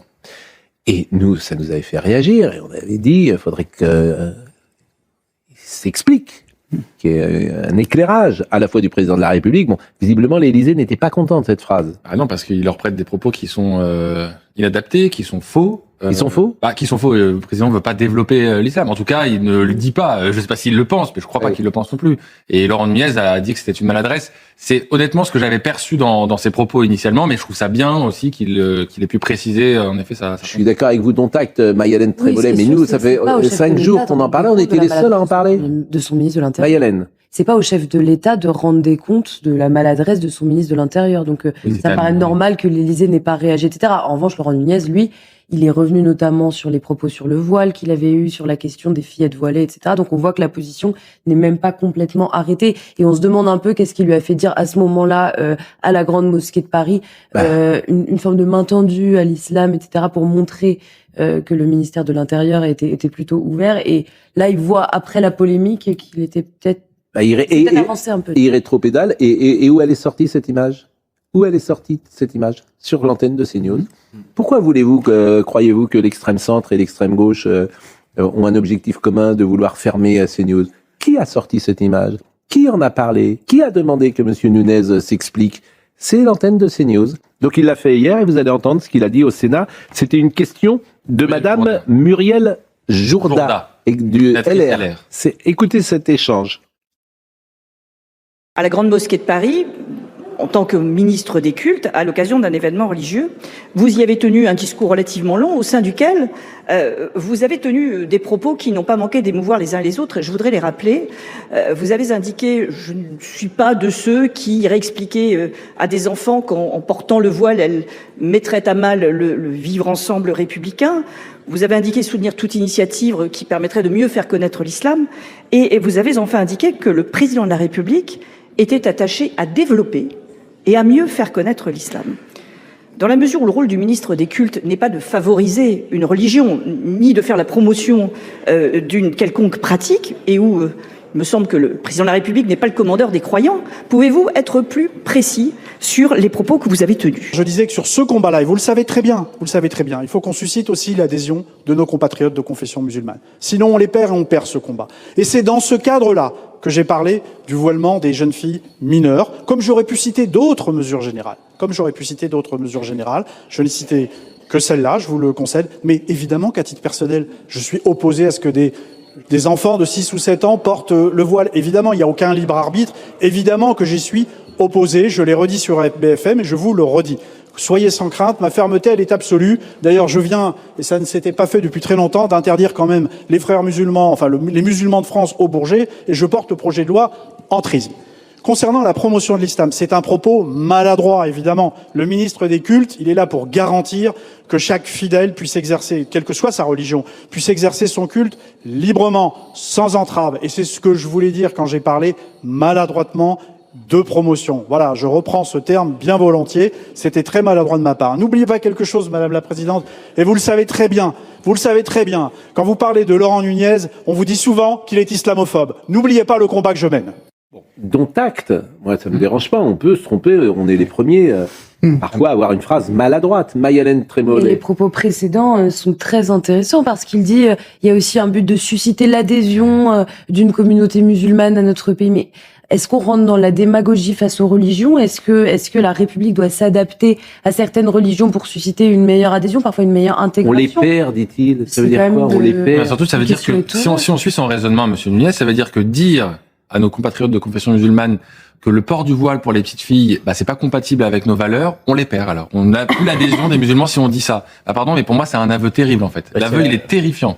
C'est la logique des accommodements raisonnables qui, depuis 40 ans, ont permis à l'islamisme de progresser toujours plus dans le pays. Sur Laurent Nunez, il a commis une erreur, il rétropédale, c'est tout à son honneur. Maintenant, j'aimerais aussi le voir rétropédaler sur ses vues sur la politique migratoire, sur sa volonté de défaire l'action de Bruno Retailleau qu'il juge trop efficace. Parce que je peux vous dire qu'à 500 000 entrées par an, avec 72% des primo-délivrances de titres de séjour qui vont à des ressortissants de pays musulmans, le port du voile des fillettes et de toutes les femmes musulmanes, il a de beaux jours devant lui en France. Pascal Garbarini. Mais justement, à ce propos, moi j'ai la Crouchette. Vous voyez, la Crouchette, ça a été béni par le cardinal Bustillo pour Pâques à la cathédrale d'Ajaccio et je vous en ai apporté une. Voilà. Tous les jours j'ai. Voilà. Donc ça c'est la Crouchette. Tous les jours j'ai. Voilà. Ah oui. C'est également. Donc ça se porte. Je peux la porter où? Non, Je vais peut-être pas la porter à l'antenne parce que là, ça serait. Ce serait ostentatoire. C'est un signe ostentatoire. Ça se met dans la voiture, dans la maison. Exactement. Mais il faut rappeler une chose qui est importante. La religion catholique est chez elle, en France, depuis 2000 ans. Voilà. Ça, c'est une réalité. Après, d'autres religions peuvent vivre et elles sont arrivées sur le sol de France. Depuis 40 ans, 50 ans, depuis un moindre temps. Mais la religion catholique est chez elle, sur le sol de France, et elle a infiltré, imprimé notre vie, notre culture, nos mœurs, bien évidemment. J'étais scandalisé par cette histoire de voile des jeunes filles au moment où, en Iran, des jeunes filles sont massacrées parce qu'elles ne posent pas le voile. Voilà. Il faut dire un mot juste politiquement sur ce qui se passe au ministère de l'Intérieur, si vous permettez d'un mot, parce que Laurent Nunez, en fait, est dans une volonté de défaire ce qu'a fait Bruno Retailleau. Je pense que quand il tient ces propos-là, il a ça comme arrière-pensée, parce que, honnêtement, en tant que patron du renseignement et tout, il a toujours été plutôt dans une ligne de fermeté. Ça s'est très bien passé avec Bruno Retailleau. Là, visiblement, la mission qui est la sienne, alors est-ce que ça lui a été confié par l'Élysée ou est-ce que c'est de sa propre initiative? Il veut défaire ce qu'a fait Bruno Retailleau. Et la dernière preuve en date, c'est que l'ancien préfet, monsieur Hugues Moutou, qui était secrétaire général du ministère de l'Intérieur, visiblement est sur le départ et il va payer lui aussi, sans doute, la volonté de rupture de Laurent Nunez vis-à-vis de Bruno Retailleau. Et donc, ça montre aussi que c'est un ministère qui est quand même très important et qui est très politique aussi. Et je pense qu'il y a une sorte de règlement de compte, même si c'est pas forcément le terme approprié, entre Laurent Nunez et son prédécesseur. Alors, il y a une information que peut-être il faudra vérifier, je le dis pour Benjamin No, mais les Israéliens annonçaient il y a quelques instants avoir tué le chef du Hezbollah. C'était sur Reuters, et c'est ce que je découvre sur l'agence américaine Reuters. Le chef du Hezbollah tué. Et ensuite, il y a une deuxième annonce qui est faite et qui infirme cela en disant que ce n'était que le neveu du chef. Et tout ça est daté de 9h43. Vous voyez, il est 10h11, donc tout cela, ce sont les dernières minutes. Donc je le dis pour Benjamin, si on peut avancer sur ces informations qui est en régie, information évidemment importante de savoir si le chef du Hezbollah est mort ou non. En attendant, revenons à cette affaire de voile avec Anne Sicard, qui s'est exprimée. Anne Sicard, députée du RN, très proche de Marion Maréchal, elle appartient au même parti. Et elle s'est exprimée sur le voile et sur le conseil municipal. Comme vous avez pu le constater, les dernières élections municipales des 15 et 22 mars 2026 ont été marquées par l'entrée fracassante de nombreux élus issus de la gauche et de l'extrême gauche, dont certaines ont décidé de participer voilées aux premières réunions du conseil municipal. L'entrise islamiste a obtenu sa première victoire en réussissant à pénétrer dans les conseils municipaux de nos mairies sans même que cela ne provoque un émoi national. Quelle sera la prochaine étape ? L'élection d'une maire ou présidente de conseil départemental voilé? Jusqu'à quand allons-nous laisser faire sans réagir? C'est vrai que c'est ce que vous disiez, les petits accommodements, on le voit aujourd'hui. On peut écouter Jean-François Copé qui dit c'est trop tard. C'est intéressant. C'est très intéressant. Écoutons-le et je vous donne la parole, Joachim. Jean-François Copé, je suis celui qui a interdit le port de la burqa en France par la loi que nous avons portée avec mes amis députés à l'époque. La burqa, c'est le masque intégral. En revanche, ce que je dis de manière très claire, c'est que dire aujourd'hui, comme le disent les partis populistes, là pour le coup c'est le RN, qu'il faut interdire le port du voile est aujourd'hui en réalité une illusion. Et d'accord, mais alors parce que c'est trop tard. Il fallait, si on devait le faire, c'était peut-être il y a 25 ans. Pour lui, c'est populiste de dire d'interdire le voile en France. Quand on entend Jean-François Copé, on comprend pourquoi la droite dite de gouvernement n'a quasiment plus d'électeurs aujourd'hui, parce que c'est typiquement cet esprit de défaite à la française qui fait que lorsqu'on est au pouvoir, avec tous les leviers possibles, on ne tient pas les promesses électorales qu'on avait faites sur l'immigration, et des années après, on vient expliquer que c'est trop tard. Mais c'est vraiment le degré zéro de la politique. La politique, c'est pas prendre acte du cours des choses, c'est au contraire exprimer une volonté dans l'histoire, c'est refuser le fatalisme. C'est tout l'inverse de ce que fait Jean-François Copé. Il vient, Jean-François Copé, je crois, la semaine prochaine. Vous voulez être là? Vous voulez lui dire tout ça? Moi, j'ai beaucoup de questions à poser. Et puis en plus, il a beaucoup changé au fil des années sur le justement, moi, je suis allé me plonger dans les archives de Monsieur Copé, parce que, en fait, je pense que ce qu'il dit là, il est dans la même lignée que Laurent Nunez, c'est-à-dire ne pas brusquer une partie de la population. On est dans la même idée. Donc c'est lui qui a interdit la burqa en 2010, et à l'époque, déjà, dans les interviews, certains lui disaient, mais comment vous allez faire appliquer ça? C'est impossible, etc. Il dit, parce que ça ne se fait pas de verbaliser, c'est fantastique, la France est un pays républicain, les Français sont légalistes, à l'époque on disait que c'était pas possible, on va pouvoir le faire. Donc déjà, à l'époque, il était dans un autre discours. Et en 2016, donc c'est quand même beaucoup plus récent, quand il est candidat à la primaire LR, il dit on va interdire le voile dans tous les établissements publics. Donc les mairies, les musées, les tribunaux, les hôpitaux, les universités. À l'époque, visiblement, c'était pas encore trop tard. Donc moi, la question que j'aimerais lui poser, on lui posera peut-être, qu'est-ce qui s'est passé entre 2016 et 2026 pour que désormais ce soit visiblement trop tard? La solution, Pascal Garbarini. La solution, c'est quoi? On va se coucher alors. On se couche, on met une bouillotte sur la tête. C'est un collab. Non, mais c'est encore une fois, justement, la politique, c'est de trouver des solutions parce que là, la situation, elle saute aux yeux, mais partout en France, où aujourd'hui, on s'aperçoit que, eh bien, les femmes voilées, elles sont partout. Alors, dans l'espace. Et vous pensez quoi? Vous pensez qu'il faut l'interdire? Parce que l'argument de Jean-François Copé, sérieusement, moi, je peux aussi l'entendre, c'est-à-dire que je veux bien appliquer une loi, je veux bien qu'une loi soit votée, mais je veux qu'elle soit appliquée. Si la loi est votée et qu'elle n'est pas appliquée, c'est contre-productif. Donc, quelle est votre position, par exemple, aujourd'hui sur, on sait le nombre de femmes qui sont voilées en France? Non, mais il y a eu pas mal d'images. La polémique vient de là aussi, c'est que les premiers conseils municipaux qui sont devenus, il y avait plusieurs élus municipaux, dont Hameau en l'occurrence. Hameau notamment. Hameau, donc Hameau, on peut être voilé dans le conseil municipal. Il accepte ça? Oui, il l'accepte. Vous avez raison. Les femmes qui étaient élues et qui étaient voilées, qui ont été filmées au conseil municipal voilé, et de fait, il n'y a pas eu véritablement de réaction.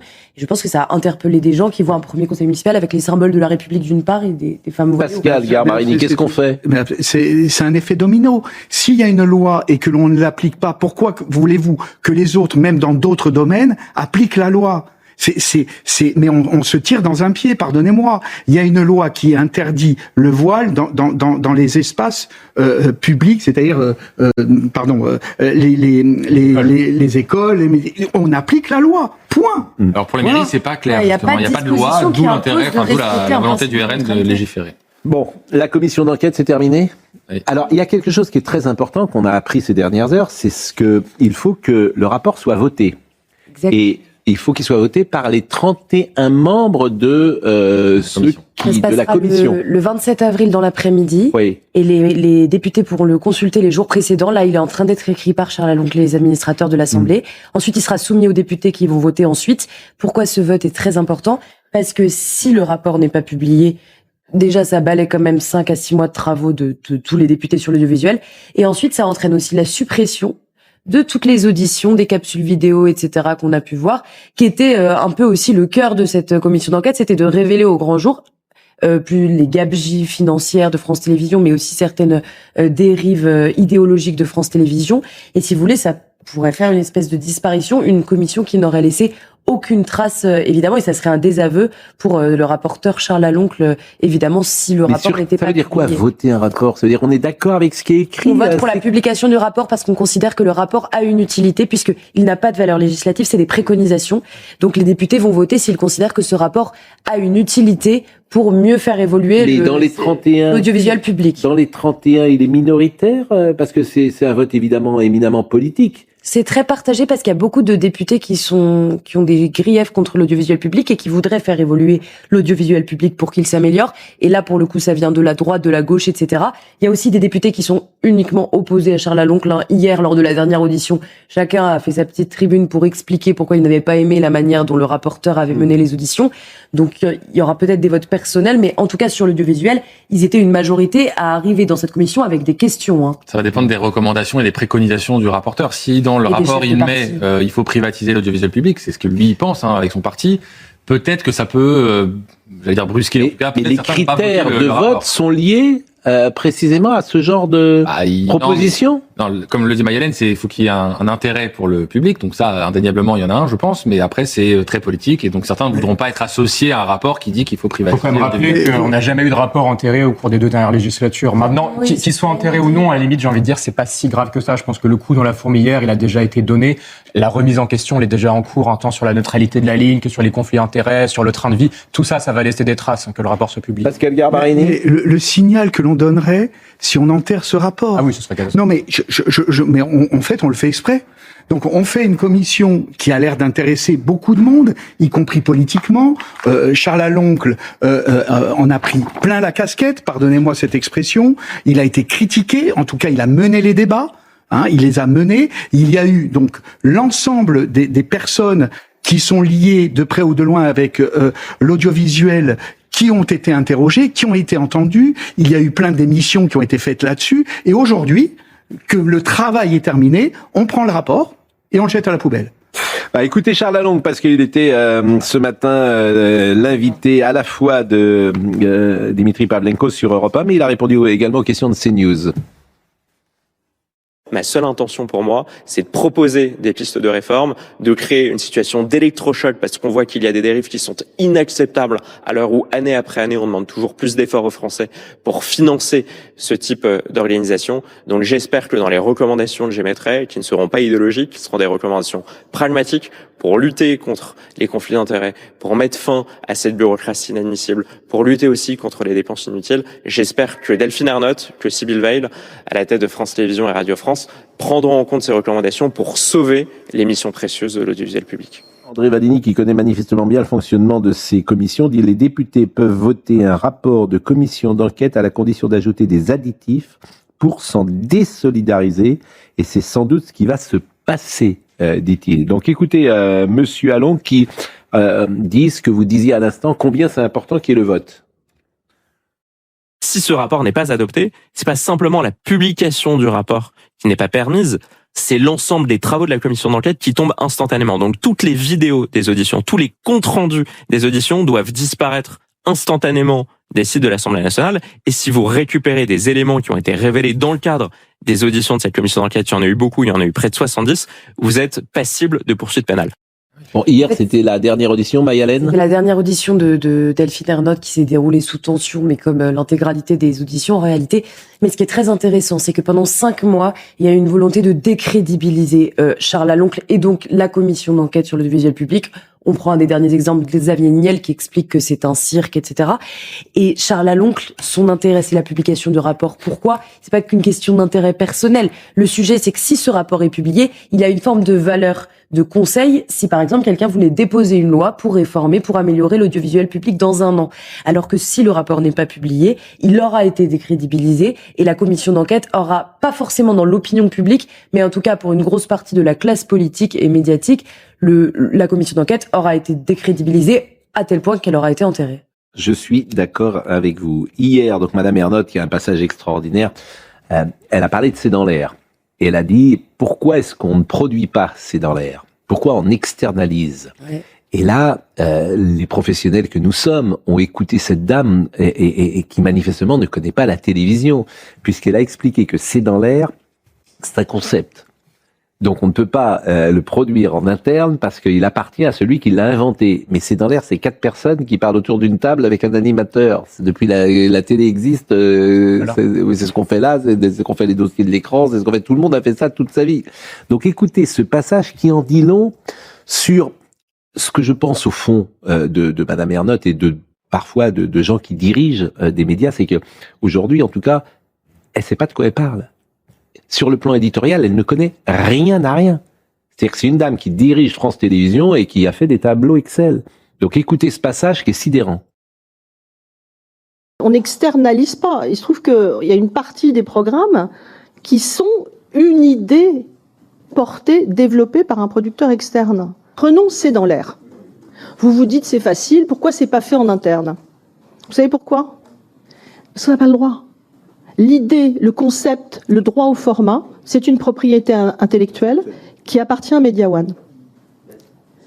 C'est une réalité, et heureusement d'ailleurs, ça protège les idées, ça protège les concepts, ça protège le droit d'auteur.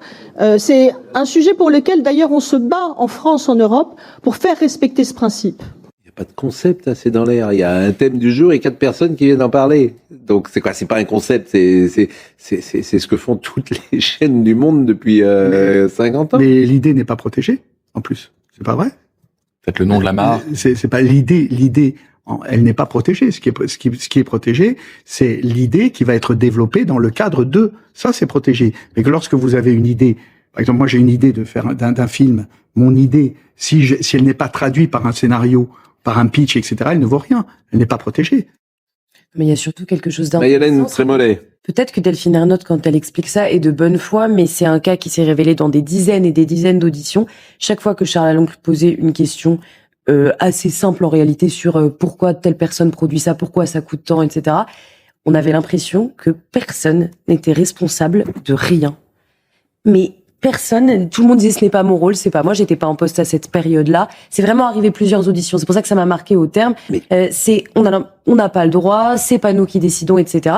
Ça pose une question, indépendamment de Delphine Ernotte, ça pose une question il y a tellement d'employés qui doit assumer les responsabilités de telle émission, de telle société de production, de tel investissement, de tel salaire, parce qu'on a eu du mal à le distinguer pendant des mois, et pourtant on sait qu'il y a quand même énormément d'employés à France Télévisions et Radio France. Ça pose la question de la machine.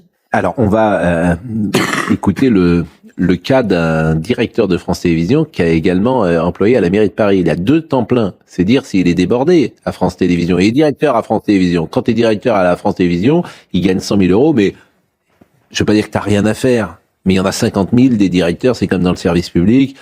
Tu les enlèves demain, personne ne s'en rend compte qu'ils ne sont plus là. Et il bossait tellement peu, ou alors c'est un surhomme, cet homme-là, qu'il avait un 2e emploi à la mairie de Paris où il gagnait 60 000 euros par mois.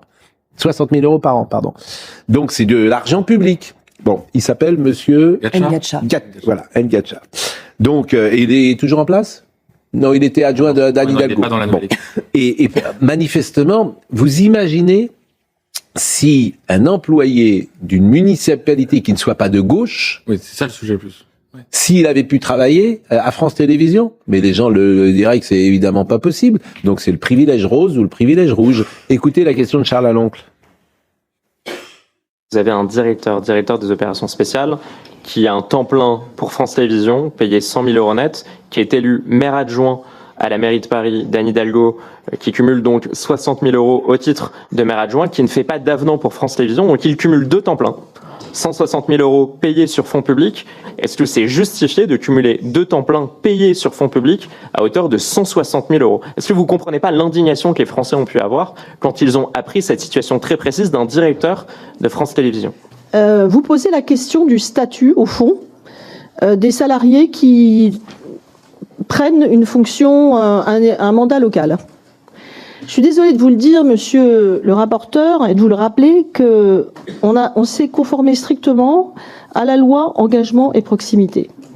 Alors si vous voulez que tous les élus locaux perdent leur boulot, voient leur rémunération baisser, etc., changez la loi. Bon, sa réponse, je la comprends, mais je le répète, si c'était, c'est une mairie de gauche. Oui, parce que en fait, si c'était simplement une mairie de droite de Rachida Dati, les syndicats de France Télévisions n'auraient évidemment pas permis ça. Vous avez parfaitement raison, et je pense que c'est plutôt là le sujet, parce que on se plaint assez souvent que les gens qui travaillent ne sont pas dans la politique, et que la politique parfois est très éloignée du monde du travail, pour ne pas non plus saluer le fait que quelqu'un qui travaille puisse aussi s'engager politiquement. Je ne crois pas qu'il ait eu des manques dans l'une ou l'autre de ses activités. En revanche, c'est vrai que forcément, quelqu'un qui aurait été adjoint de Madame Dati, sans doute, aurait été traité différemment à France Télé. Et pour revenir sur la question de C'est dans l'air, Gérald Brice-Viret, qui connaît bien ces sujets-là, me précise que rien n'empêche France Télévisions de négocier le rachat de la marque et du concept, bien évidemment, et ça se fait aussi dans le cadre d'un deal global. Donc si elle voulait ne pas externaliser, parce que le problème, c'est quand tu externalises, ça coûte beaucoup plus cher. Mettre 4 personnes, C'est dans l'air, c'est un bon exemple. C'est à vous, c'est encore autre chose, parce que c'est un peu plus compliqué. Il y a des jeunes où ils dînent, il y a des chroniqueurs, il y a bon. Mais c'est dans l'air, c'est l'émission la plus simple du monde à faire. C'est-à-dire que vous prenez un sujet chaque jour, eux ils prennent un sujet chaque jour, nous on en a plusieurs, mais eux ils prennent un sujet chaque jour. Bon, et puis il y a 4 personnes qu'ils invitent, qui sont sans doute pas des éditorialistes, parfois c'est des invités, qui ne sont pas des, qui ne sont pas donc des gens payés, si j'ose dire. Alors il y a peut-être des contributeurs, mais il y a peut-être aussi des gens simplement. Et ça coûte à France Télévisions, ça coûte rien. Il y a du reportage. Enfin, mais le reportage, tu peux le faire avec les gens qui travaillent chez toi. T'as je ne sais combien de personnes qui bossent à France Télévisions. Donc tu peux très bien. Tu rachètes le nom, c'est dans l'air. Tu rachètes que ça. Tu vas pas racheter l'idée d'avoir 4 personnes qui parlent d'un sujet.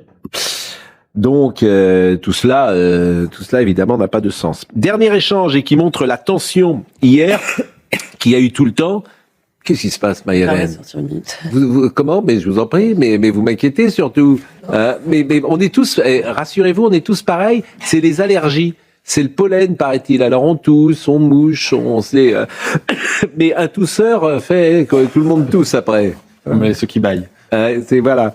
Écoutez, monsieur Patrier-Létus et monsieur Aloncle hier, qui montrent toute la tension qu'il y a eu. Il y a eu combien? 67 auditions, je crois?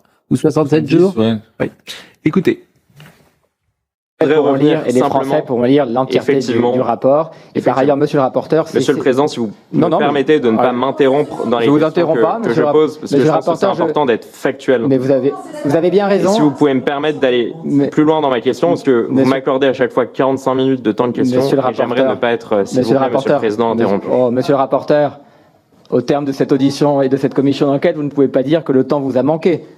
J'ai présidé des auditions de plus de 4 heures. J'ai mis mon agenda à votre service. J'ai présidé 200 heures d'audition dans cette commission d'enquête. Jamais une commission d'enquête n'avait autant travaillé. Nous avons auditionné Mme Nord pendant 4 heures. Nous avons auditionné Mme Sybille Bay pendant 4 heures. Vous avez vous poser toutes les questions. Jamais j'ai interrompu une audition, si ce n'est celle où vous m'avez mise en cause et remise en cause ma probité. Et vous pourrez aller aujourd'hui, y compris jusqu'au bout de vos questions. Et je sais qu'elles sont nombreuses. Mais monsieur le rapporteur, si vous ne disiez pas dans vos questions comme vous l'avez fait, les médias relayent sur les chiffres de France Télévisions des fausses informations. Peut-être que nos collègues auraient un émoi peut-être un peu moins vif. Peut-être que les personnes auditionnées réagiraient un peu différemment. Vous avez commencé votre question en disant « Les médias relayent des fausses informations sur les chiffres de France Télévisions ». Sur la baisse de la dotation publique. Alors quels médias relayent alors monsieur le rapporteur, c'est pas à moi de poser des questions, mais quels médias relayent de fausses informations? Le Figaro? Le Monde? Le Parisien? L'Humanité? Le JDD? Quels médias relayent de fausses informations sur les chiffres de France Télévisions? On n'aura pas la réponse, mais je vous laisse continuer. Thomas Bonnet.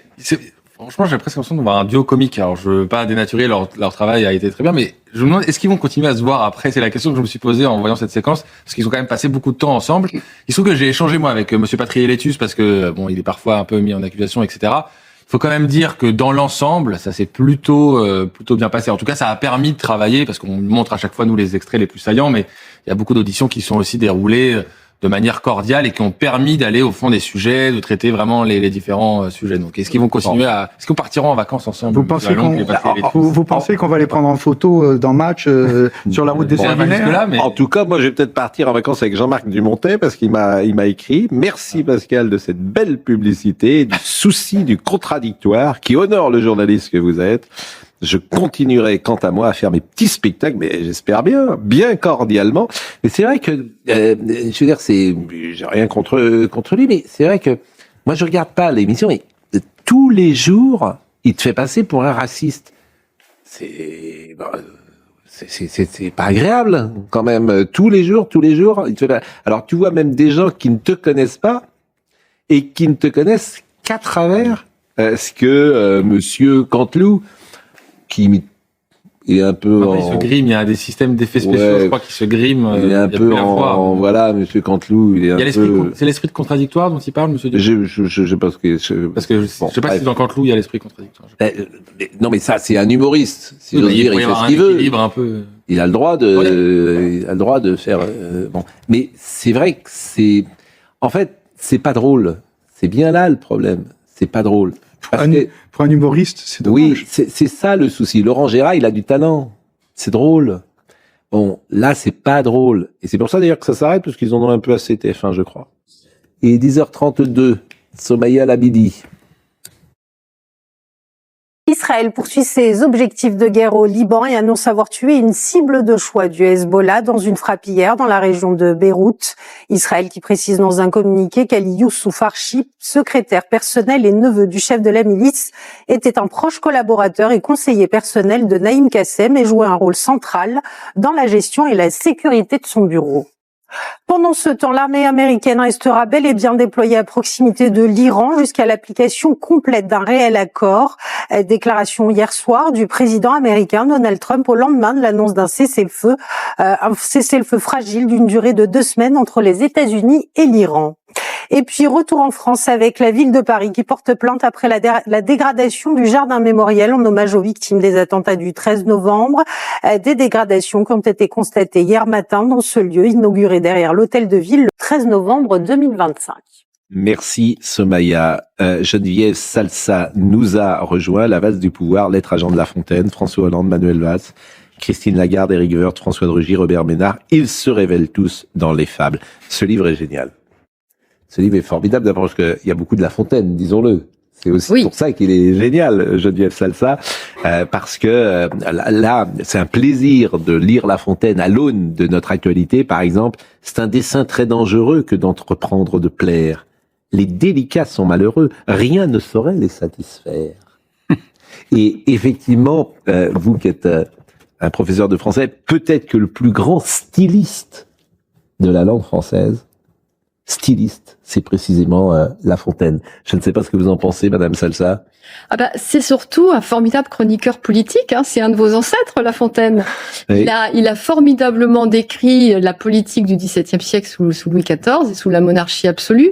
Alors évidemment, on est en monarchie absolue, donc il a eu ce génie d'utiliser les animaux pour décrire la cour. Attention, quand on utilise les animaux, on peut terminer devant l'Arcom ou devant la justice. Oui, absolument. Mais en tout cas, lui, il n'avait pas d'autre choix pour décrire Louvois, Colbert, Fouquet, Louis XIV, et il a décrit la nature humaine. Et finalement, en relisant ses fables, on se rend compte que la nature humaine du XVIIe siècle ou la nature humaine politique d'aujourd'hui est restée la même.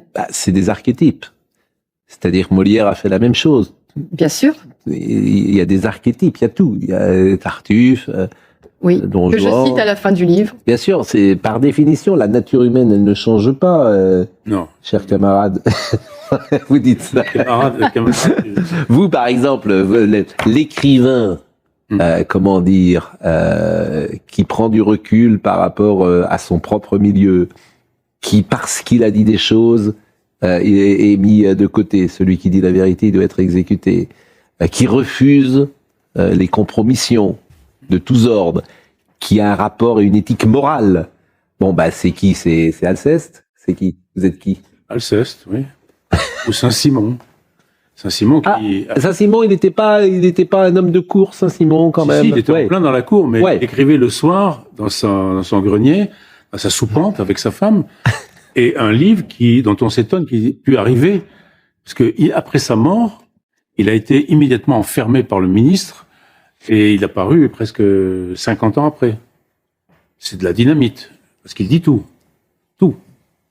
Bon, on va en parler évidemment avec nous et avec vous, madame, mais on termine l'actualité avec notamment Rima Hassan, puisqu'il y a eu une plainte qui est déposée par Rima Hassan, parce qu'il y a eu des fuites lorsqu'elle était... Alors bon, c'est vrai que les fuites, ça vous le savez, mais à chaque fois on se dit, mais qui donne les infos?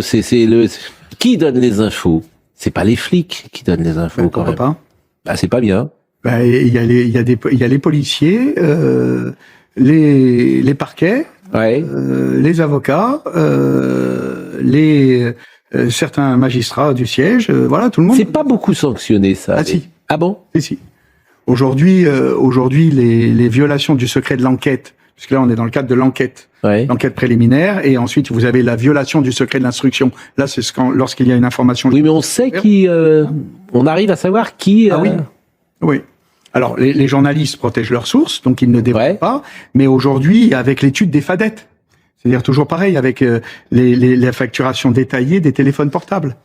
Bon, écoutez, donc Rima Hassan a porté plainte à Paris pour violation du secret professionnel, a annoncé son avocat, expliquant aussi avoir écrit au ministère de l'Intérieur et au ministre de la Justice pour demander l'ouverture d'enquête administrative. De son côté, Gérald Darmanin a annoncé avoir saisi l'inspection générale de la justice. Écoutez Tanguy Hamon. Une plainte pour violation du secret professionnel a été déposée par l'avocat de Rima Hassan. Elle vise les fuites survenues dans la presse la semaine dernière lors de la garde à vue de sa cliente. Une garde à vue, je le rappelle, pour apologie du terrorisme, au cours de laquelle on avait retrouvé du CBD et de la drogue de synthèse dans les affaires de Rima Hassan. Cette plainte vise directement le porte-parole du ministère de la Justice, Sacha Strobkan, qui serait impliqué, selon cette plainte, dans les fuites survenues dans la presse. L'avocat de Rima Hassan a également indiqué avoir écrit à Laurent Nunez et Gérald Darmanin pour demander l'ouverture d'enquêtes administratives à ce sujet. Gérald Darmanin, le garde des Sceaux, a d'ailleurs indiqué que l'inspection générale de la justice avait été saisie pour se pencher justement sur ces fuites. De son côté, le porte-parole du ministère de la Justice a indiqué avoir lui aussi déposé deux plaintes. La première pour diffamation. Il dit que les accusations de fuite de sa part sont totalement mensongères. La seconde plainte concerne les injures antisémites dont il est la cible sur les réseaux sociaux. Et il y a eu un échange... Plus de 300. Plus de 300. Les insultes antisémites qui ont été citées là, il en a reçu plus de 300. Il y a eu un échange hier entre Thomas Porte et Gérald Darmanin à l'Assemblée nationale, échange assez virulent, assez long d'ailleurs. Je vous propose de l'écouter dans sa longueur hier à l'Assemblée nationale. Jeudi dernier, notre camarade et eurodéputé Rima Hassan a subi une garde à vue illégale et indigne d'un état de droit. Un acharnement judiciaire, politique et médiatique qu'elle subit depuis plus de 2 ans au nom de son engagement contre le génocide à Gaza et qui témoigne de la disparition progressive de l'état de droit sous le règne d'Emmanuel Macron. Au moment où Israël continue d'assassiner les Palestiniens dans la bande de Gaza, amplifie la colonisation en Cisjordanie et annexe une partie du Liban, la France se terre dans le silence, préférant organiser la chasse au soutien de la Palestine. Je veux redire ici, au nom du groupe parlementaire de la France Insoumise, notre totale et pleine solidarité avec notre camarade et eurodéputé Rima Hassan. Un acharnement judiciaire et médiatique qui s'est accompagné d'un pétinement total de l'état de droit. Pendant l'intégralité de sa garde à vue, le secret de l'instruction a été violé pour alimenter une presse aux ordres et permettre d'organiser une campagne de calomnie contre une députée et la France Insoumise. Une stratégie malheureusement déjà utilisée contre Raphaël Arnaud ou encore contre mon collègue Carlos Martin Bilongo par le passé. Si nous nous félicitons de l'ouverture d'une enquête du parquet de Paris pour violation du secret de l'enquête, cela n'écarte pas la responsabilité politique des ministres de l'Intérieur et de la Justice. Les révélations aujourd'hui du Canard enchaîné confirment que nous sommes face à un véritable scandale d'État. À la suite de la garde à vue de Madame Rima Hassan pour apologie du terrorisme et en lisant la presse, peut-être ayant trouvé des substances illégales dans ses affaires,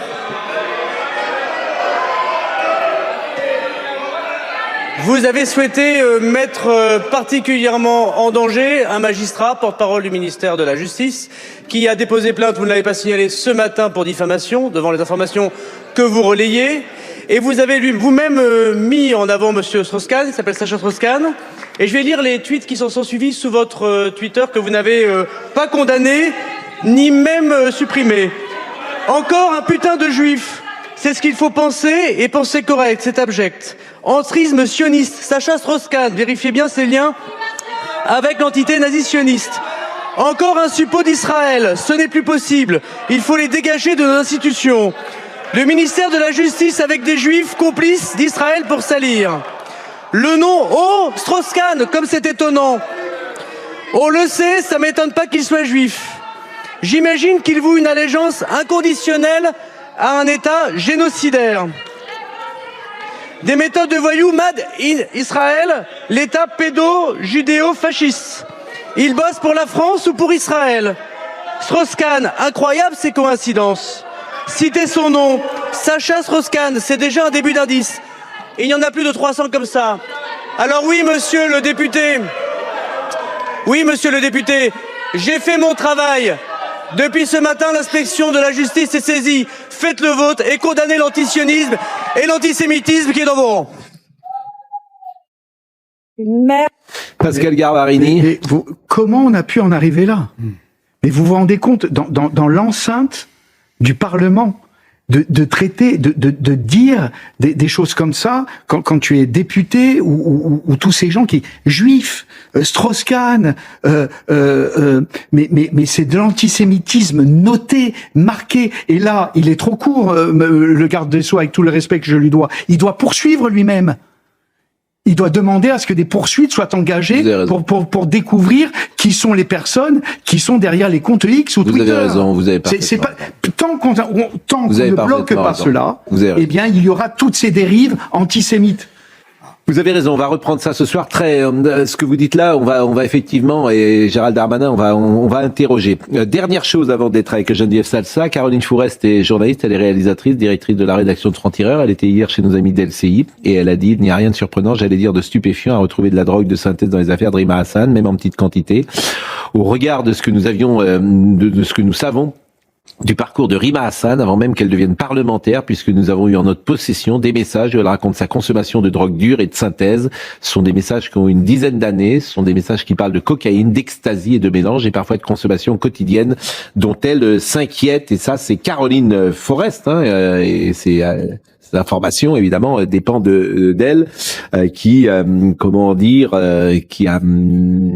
disait ça sur le plateau de David Pujadas hier. Alors, je le disais, la valse du pouvoir, c'est établir l'idée, un parallèle entre la cour de Louis XIV et aujourd'hui finalement. Et alors, je lis là aussi, parce que vous parlez beaucoup de l'ambition des hommes politiques, je définis la cour, un pays où les gens tristes, gais, prêts à tout indifférents, sont ce qu'il plaît au prince, ou s'ils ne peuvent l'être, tâche au moins de le paraître. Et à ce moment-là, il y a une galerie de portraits que vous faites. Oui. Alors, en fait, la politique, tous m'ont dit la politique, c'est la vie.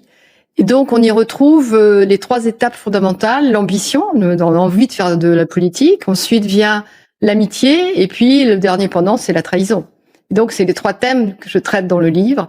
Et sur l'ambition, beaucoup m'ont raconté comment ils sont arrivés en politique. Et il y a quand même, chez beaucoup d'entre eux, ils sont pas rentrés parce qu'il y avait de la lumière. Il y a une vraie ambition de faire. Alors, à différents points de vue. De faire ou d'être sur la photo? Non, de faire. Vraiment. Vous pensez par exemple qu'Emmanuel Macron, il a l'ambition de faire? Je sais pas, parce que lui, je l'ai pas interrogé. Parce que c'est une vraie question. Moi, quelle était son ambition? Est-ce qu'il avait... C'est une vraie question. Est-ce qu'il y a moi, je trouve que l'envie de faire quelque chose, c'est formidable, de vouloir changer les choses, c'est formidable, etc. Si c'est d'être là uniquement pour jouir du pouvoir. Alors, est-ce que ça commence par ça, ou est-ce qu'on a au départ envie de faire et puis ensuite on est tellement grisé par le pouvoir qu'on n'a plus que le pouvoir en tête? Ça, c'est possible aussi. En tout cas, des témoignages que j'ai été recueillir de tout l'échiquier politique, parce qu'il y a droite-gauche, ils sont quand même partis d'une ambition de faire. Après, la politique peut-être galvaude un peu cette ambition de départ, mais ils l'ont au départ. Bon, et dans l'ambition, alors vous citez les uns et les autres, et puis vous citez par exemple Manuel Valls, changer de camp, c'est devenir un curé défroqué. Moi, ça m'aurait tué politiquement. C'est très intéressant d'ailleurs, toutes ces phrases. Ça, c'est quand Sarko l'appelle. Quand Sarkozy fait une ouverture à gauche, il appelle, il y a Kouchner, il y en a un certain nombre qui y vont. Manuel Valls a été beau joueur, il y est allé, mais il savait qu'il refuserait. Et puis, ce qui est intéressant, c'est de mettre en parallèle, bien sûr, toutes ces citations. La grenouille, par exemple, qui se veut faire aussi grosse que le bœuf. Pour Édith Cresson. Ah oui. Oui, mais de grenouille, il n'y eut point. Parce qu'Édith Cresson, quand elle est arrivée à Matignon, elle voulait pas y aller. Mitterrand lui dit, je veux une femme avant la fin de mon mandat. Moi, je crois plus ça. Pardonnez-moi, les gens qui disent, je veux pas aller. Elle avait un business qui fonctionnait. Oui, elle y est allée. Les gens font ce qu'ils font. Mais est-ce qu'on peut refuser Matignon? C'est ce que je vous dis. Voilà. Moi, vous savez, comme tout le monde ment. Oui, tout le monde ment. Vous, moi, tous les gens que je connais, ils mentent. Il y a qu'une chose qui mentent pas, c'est ce qu'on fait. Oui. Les actes ne mentent pas. C'est vrai. Donc, et les gens sont ce qu'ils font. Oui, elle y est allée, oui. Exactement. Bien sûr. Donc, qu'ils viennent pas nous raconter qu'elle voulait pas y aller. Vous savez, c'est comme ces gens qui disent, je veux pas me représenter, mais tous mes amis me demandent de me représenter, etc. Tout ça, c'est du cirque. Vous le savez, comme moi. Oui. Oui, mais... Ce qui ment pas, c'est les actes. Oui, ce qui ment pas, c'est les actes. Et certains ont des actes courageux, même en politique. Alors, par exemple, qui vous avez trouvé de courageux? Par exemple, Nicolas Dupont-Aignan, il a un certain courage quand même, parce que tout le monde, Fillon lui disait calme-toi, Sarkozy lui disait si tu étais moins têtu. Il a toujours refusé, cet homme, de signer, de voter des lois dont il considérait que ça vassalisait la France à l'Europe, et il a refusé des postes. Il a refusé une carrière qui lui ouvrait les bras, parce que il a refusé de renier ses opinions. Donc il y a un certain courage quand même chez certains hommes politiques. L'amitié en politique est-elle une réalité ou une illusion, à votre avis? C'est une bonne question. Il y a même pas de question. Écoutez, franchement, vous êtes une enfant. Laissez-moi l'espoir. Mais écoutez, mais enfin, je veux dire, là, Emmanuel Macron. Alors, ce qui est formidable, c'est que François Hollande s'est fait avoir par Emmanuel Macron, mais Emmanuel Macron a fait à François Hollande ce que François Hollande a fait de toute sa vie, se foutre de tout le monde. Et puis un jour, tu tombes sur plus malin que toi. Et je pense que Macron, là-dessus, il est plus malin que les autres. Il l'a piégé à l'amitié en plus. Alors, ils étaient pas amis, mais il l'a piégé. Je pense que François Hollande, il pensait que c'était son ami, justement. Ouais, mais lui qui ressent peut-être François Hollande, il pensait surtout que quand on n'a pas fait ses fonds de culotte sur des mandats électoraux, on ne pouvait pas briguer la place suprême. Pour lui, arriver comme ça de nulle part, sans avoir été maire, député, ministre, etc., on ne peut pas monter toutes les marches de l'escalator d'un coup, quoi. Bon, François Mitterrand et Pierre Bérégovoy, ils étaient vraiment amis, François Mitterrand et Pierre Bérégovoy? Oui, c'était des Oui, amis, quand même, oui, l'amitié à la Mitterrand. Oui, quoi. l'amitié On va à le dire Mitterrand, comme ça. oui. Alors Chirac et Balladur, des amis de 30 ans. Des amis de 30 ans. Au début, ça m'a fait sourire. Puis après, je n'ai plus à sourire du tout. Bon, il l'a trahi, mais tout le monde se trahit. Mais ce que j'ai envie de vous dire, est-ce que c'est propre à la politique ou est-ce que, par exemple, dans une entreprise, si vous restiez ici pendant 2 ans, bah vous diriez, pareil, ils se détestent peut-être tous, ils vont se trahir, il y en a qui veut la place du bidule, bon. Est-ce que c'est inhérent à l'âme humaine? Bah, c'est inhérent à tous les secteurs. Prenez les champions. Bah, devant le podium, il n'y a plus d'amitié qui tiennent, hein. Oui, mais c'est à la loyale, pardonnez-moi. Bon, oui, c'est à la loyale. Moi, j'aime bien le sport pour ça. C'est celui qui court le plus vite qui gagne. Ok, mais l'amitié, on la met de côté quand même à côté du podium. Le premier, voilà. C'est des tueurs à gages. Oui, ça c'est sûr que. L'amitié, elle tient pas. Oui, hein. je suis d'accord. Voilà. Et qu'est-ce que vous voulez dire alors? Bah, je veux dire que c'est pas inhérent à la politique, l'amitié.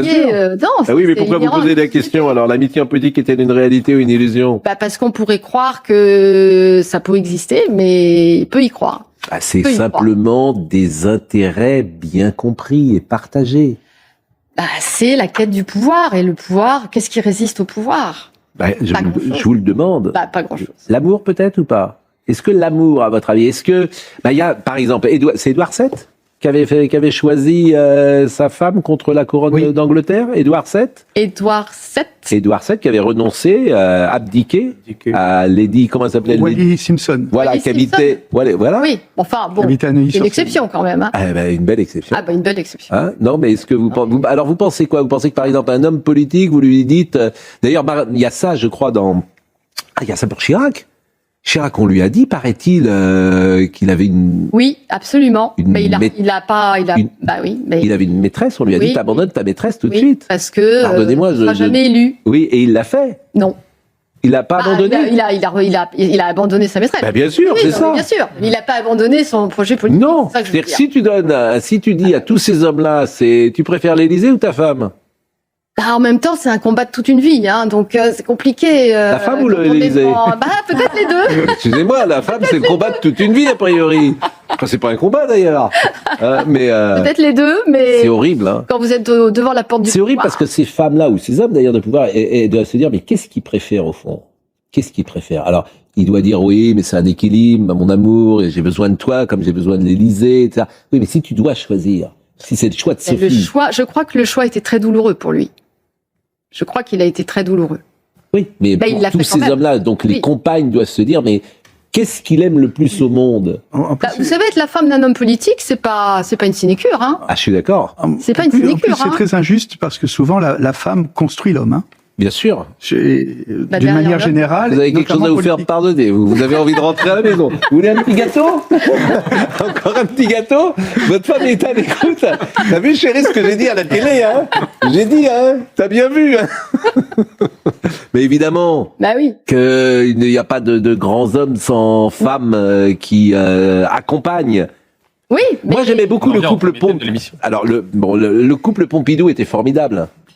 Oui, bah parce qu'il lui a donné une place à sa femme. Ouais. Il lui a quand même donné une place prépondérante. Elle était très omniprésente. C'est un couple exceptionnel parce que c'est 2 intellos. Pompidou, premier à l'agrégation de lettres, et sa femme a développé toute sa vie. C'est elle qui a modernisé l'Élysée. Ouais. Donc, voilà. Bon, sur l'amitié, alors tout le monde connaisse peut-être cette fable de La Fontaine. 2 vrais amis vivaient au Monopotapa. Bon, déjà, c'est un pays qui n'existe pas. Donc, t'as compris que déjà, bon. L'un ne possédait rien qui n'appartint à l'autre. Les amis de ce pays-là, une nuit. Les amis, vous avez enlevé quelque chose là, les amis de ce pays-là. Ça, c'est l'éditeur. Ouais, parce que après il y a quelque chose de va le bien. On n'a pas mis. Ah oui, bon. On n'a pas mis tout. Une nuit que chacun s'occupait au sommeil et mettait à profit l'absence du soleil, un de nos 2 amis sort du lit en alarme. Il court chez son intime, éveille les valets. Morphée avait touché le seuil de ce palais, etc. Et puis son ami simplement dit mais qu'est-ce qui se passe? Il y a eu un rêve, voilà, à court à son chevet, voilà, 2 vrais amis. Bon. Oui. Mais c'est formidable, ce livre est vraiment intelligent, rigolo, et puis ça permet, vous avez les choix de La Fontaine sont très judicieux, donc on revisite en plus La Fontaine et les fables c'est merveilleux. Macron est la cigale de La Cigale et la Fourmi. Je ne sais pas quel personnage de La Fontaine serait Gauthier Lebret. Gauthier Lebret. Quel personnage il serait? C'est le loup. Le loup? Le loup. Le loup et l'agneau? Non, le loup va vous manger un jour. Dans ce cas, c'est la grenouille. Voilà. Vous l'avez. Dans ce cas, c'est la grenouille, là. Voilà. Ah, vous pensez que c'est la grenouille qui veut se faire plus? C'est plutôt la grenouille qui veut se faire. C'est flatteur. Il y a animalisé comme ça longtemps. Il y a pas de. Il y a pas de. La tortue qui finalement arrive à la. Non, c'est pas une tortue, lui. Il est plutôt lièvre que tortue, mais bon, mais il est surtout scarabée. Mais il n'y a pas scarabée dans. Il y a pas de scarabée. Pourquoi il est scarabée? Parce qu'on l'appelait le petit scarabée pendant longtemps, mais bon, ça c'était avant qu'il ne devienne l'immense vedette qu'il est devenu. Bon, je l'ai. J'ai Paris Match. J'ai la une de Paris Match. On va en parler évidemment à midi. On sera notamment avec Bertrand Deckers, chroniqueur spécialiste des têtes couronnées, qui va nous raconter évidemment l'histoire des Bourbons des deux Siciles. Et puis vous savez que vous l'avez diffusé, Pascal Jean-François Copé a dit qu'il était trop tard pour interdire le voile. Alors on s'est rendu à Meaux avec les équipes de 100% Frontières et on a cherché à savoir s'ils faisaient du communautarisme, du clientélisme. Et vous allez voir, c'est très intéressant. Et puis l'une des premières mesures de David Guiraud, qui fait beaucoup moins parler de lui que le maire de Saint-Denis, eh bien c'est d'augmenter les indemnités des nouveaux élus de la France Insoumise à Roubaix. C'est intéressant pour un maire de gauche, non? Ah, mais je vois que vous êtes en pleine forme, bien évidemment. Bon, ben vous m'avez pas répondu. Alors le loup, vous dites le loup. Et alors vous seriez quel animal chez La Fontaine? Moi? Oui. Dites-vous, moi je sais pas. Qu'est-ce quel animal vous seriez moi, la femme qui est géniale, vous avez. Qu'est-ce que je serais? Vous l'avez cité, la femme vraiment géniale, c'est les animaux malades de la. Ah bah bien sûr. Ça c'est politique. Bien sûr. Celle-là parce que. C'est la plus politique de toutes. Mais tout le monde passe en plus, tout se passe, etc. Et là, le pauvre Anne. Ouais, et le pauvre Anne. Il a eu le malheur de juste brosser un mal qui répand la terreur, mal que le ciel en sa fureur. La peste, puisqu'il faut l'appeler par son nom. Mathieu Séville Prola. On est en retard, c'est ça? Vous me regardez méchamment, Gauthier Lebret. Ludovic Liébar était à la vision, Noah était au son. Bah, vous voulez manger? Moi, je vous mange votre heure, pendant ce temps-là. J'ai peur. Surtout avec Eric Tegner, moi je suis... Benjamin No était là, Héloïse Tertrais. Toutes ces émissions sont à retrouver sur cnews.fr. L'ami Gauthier Lebret et Eric Tegner dans une seconde. À ce soir.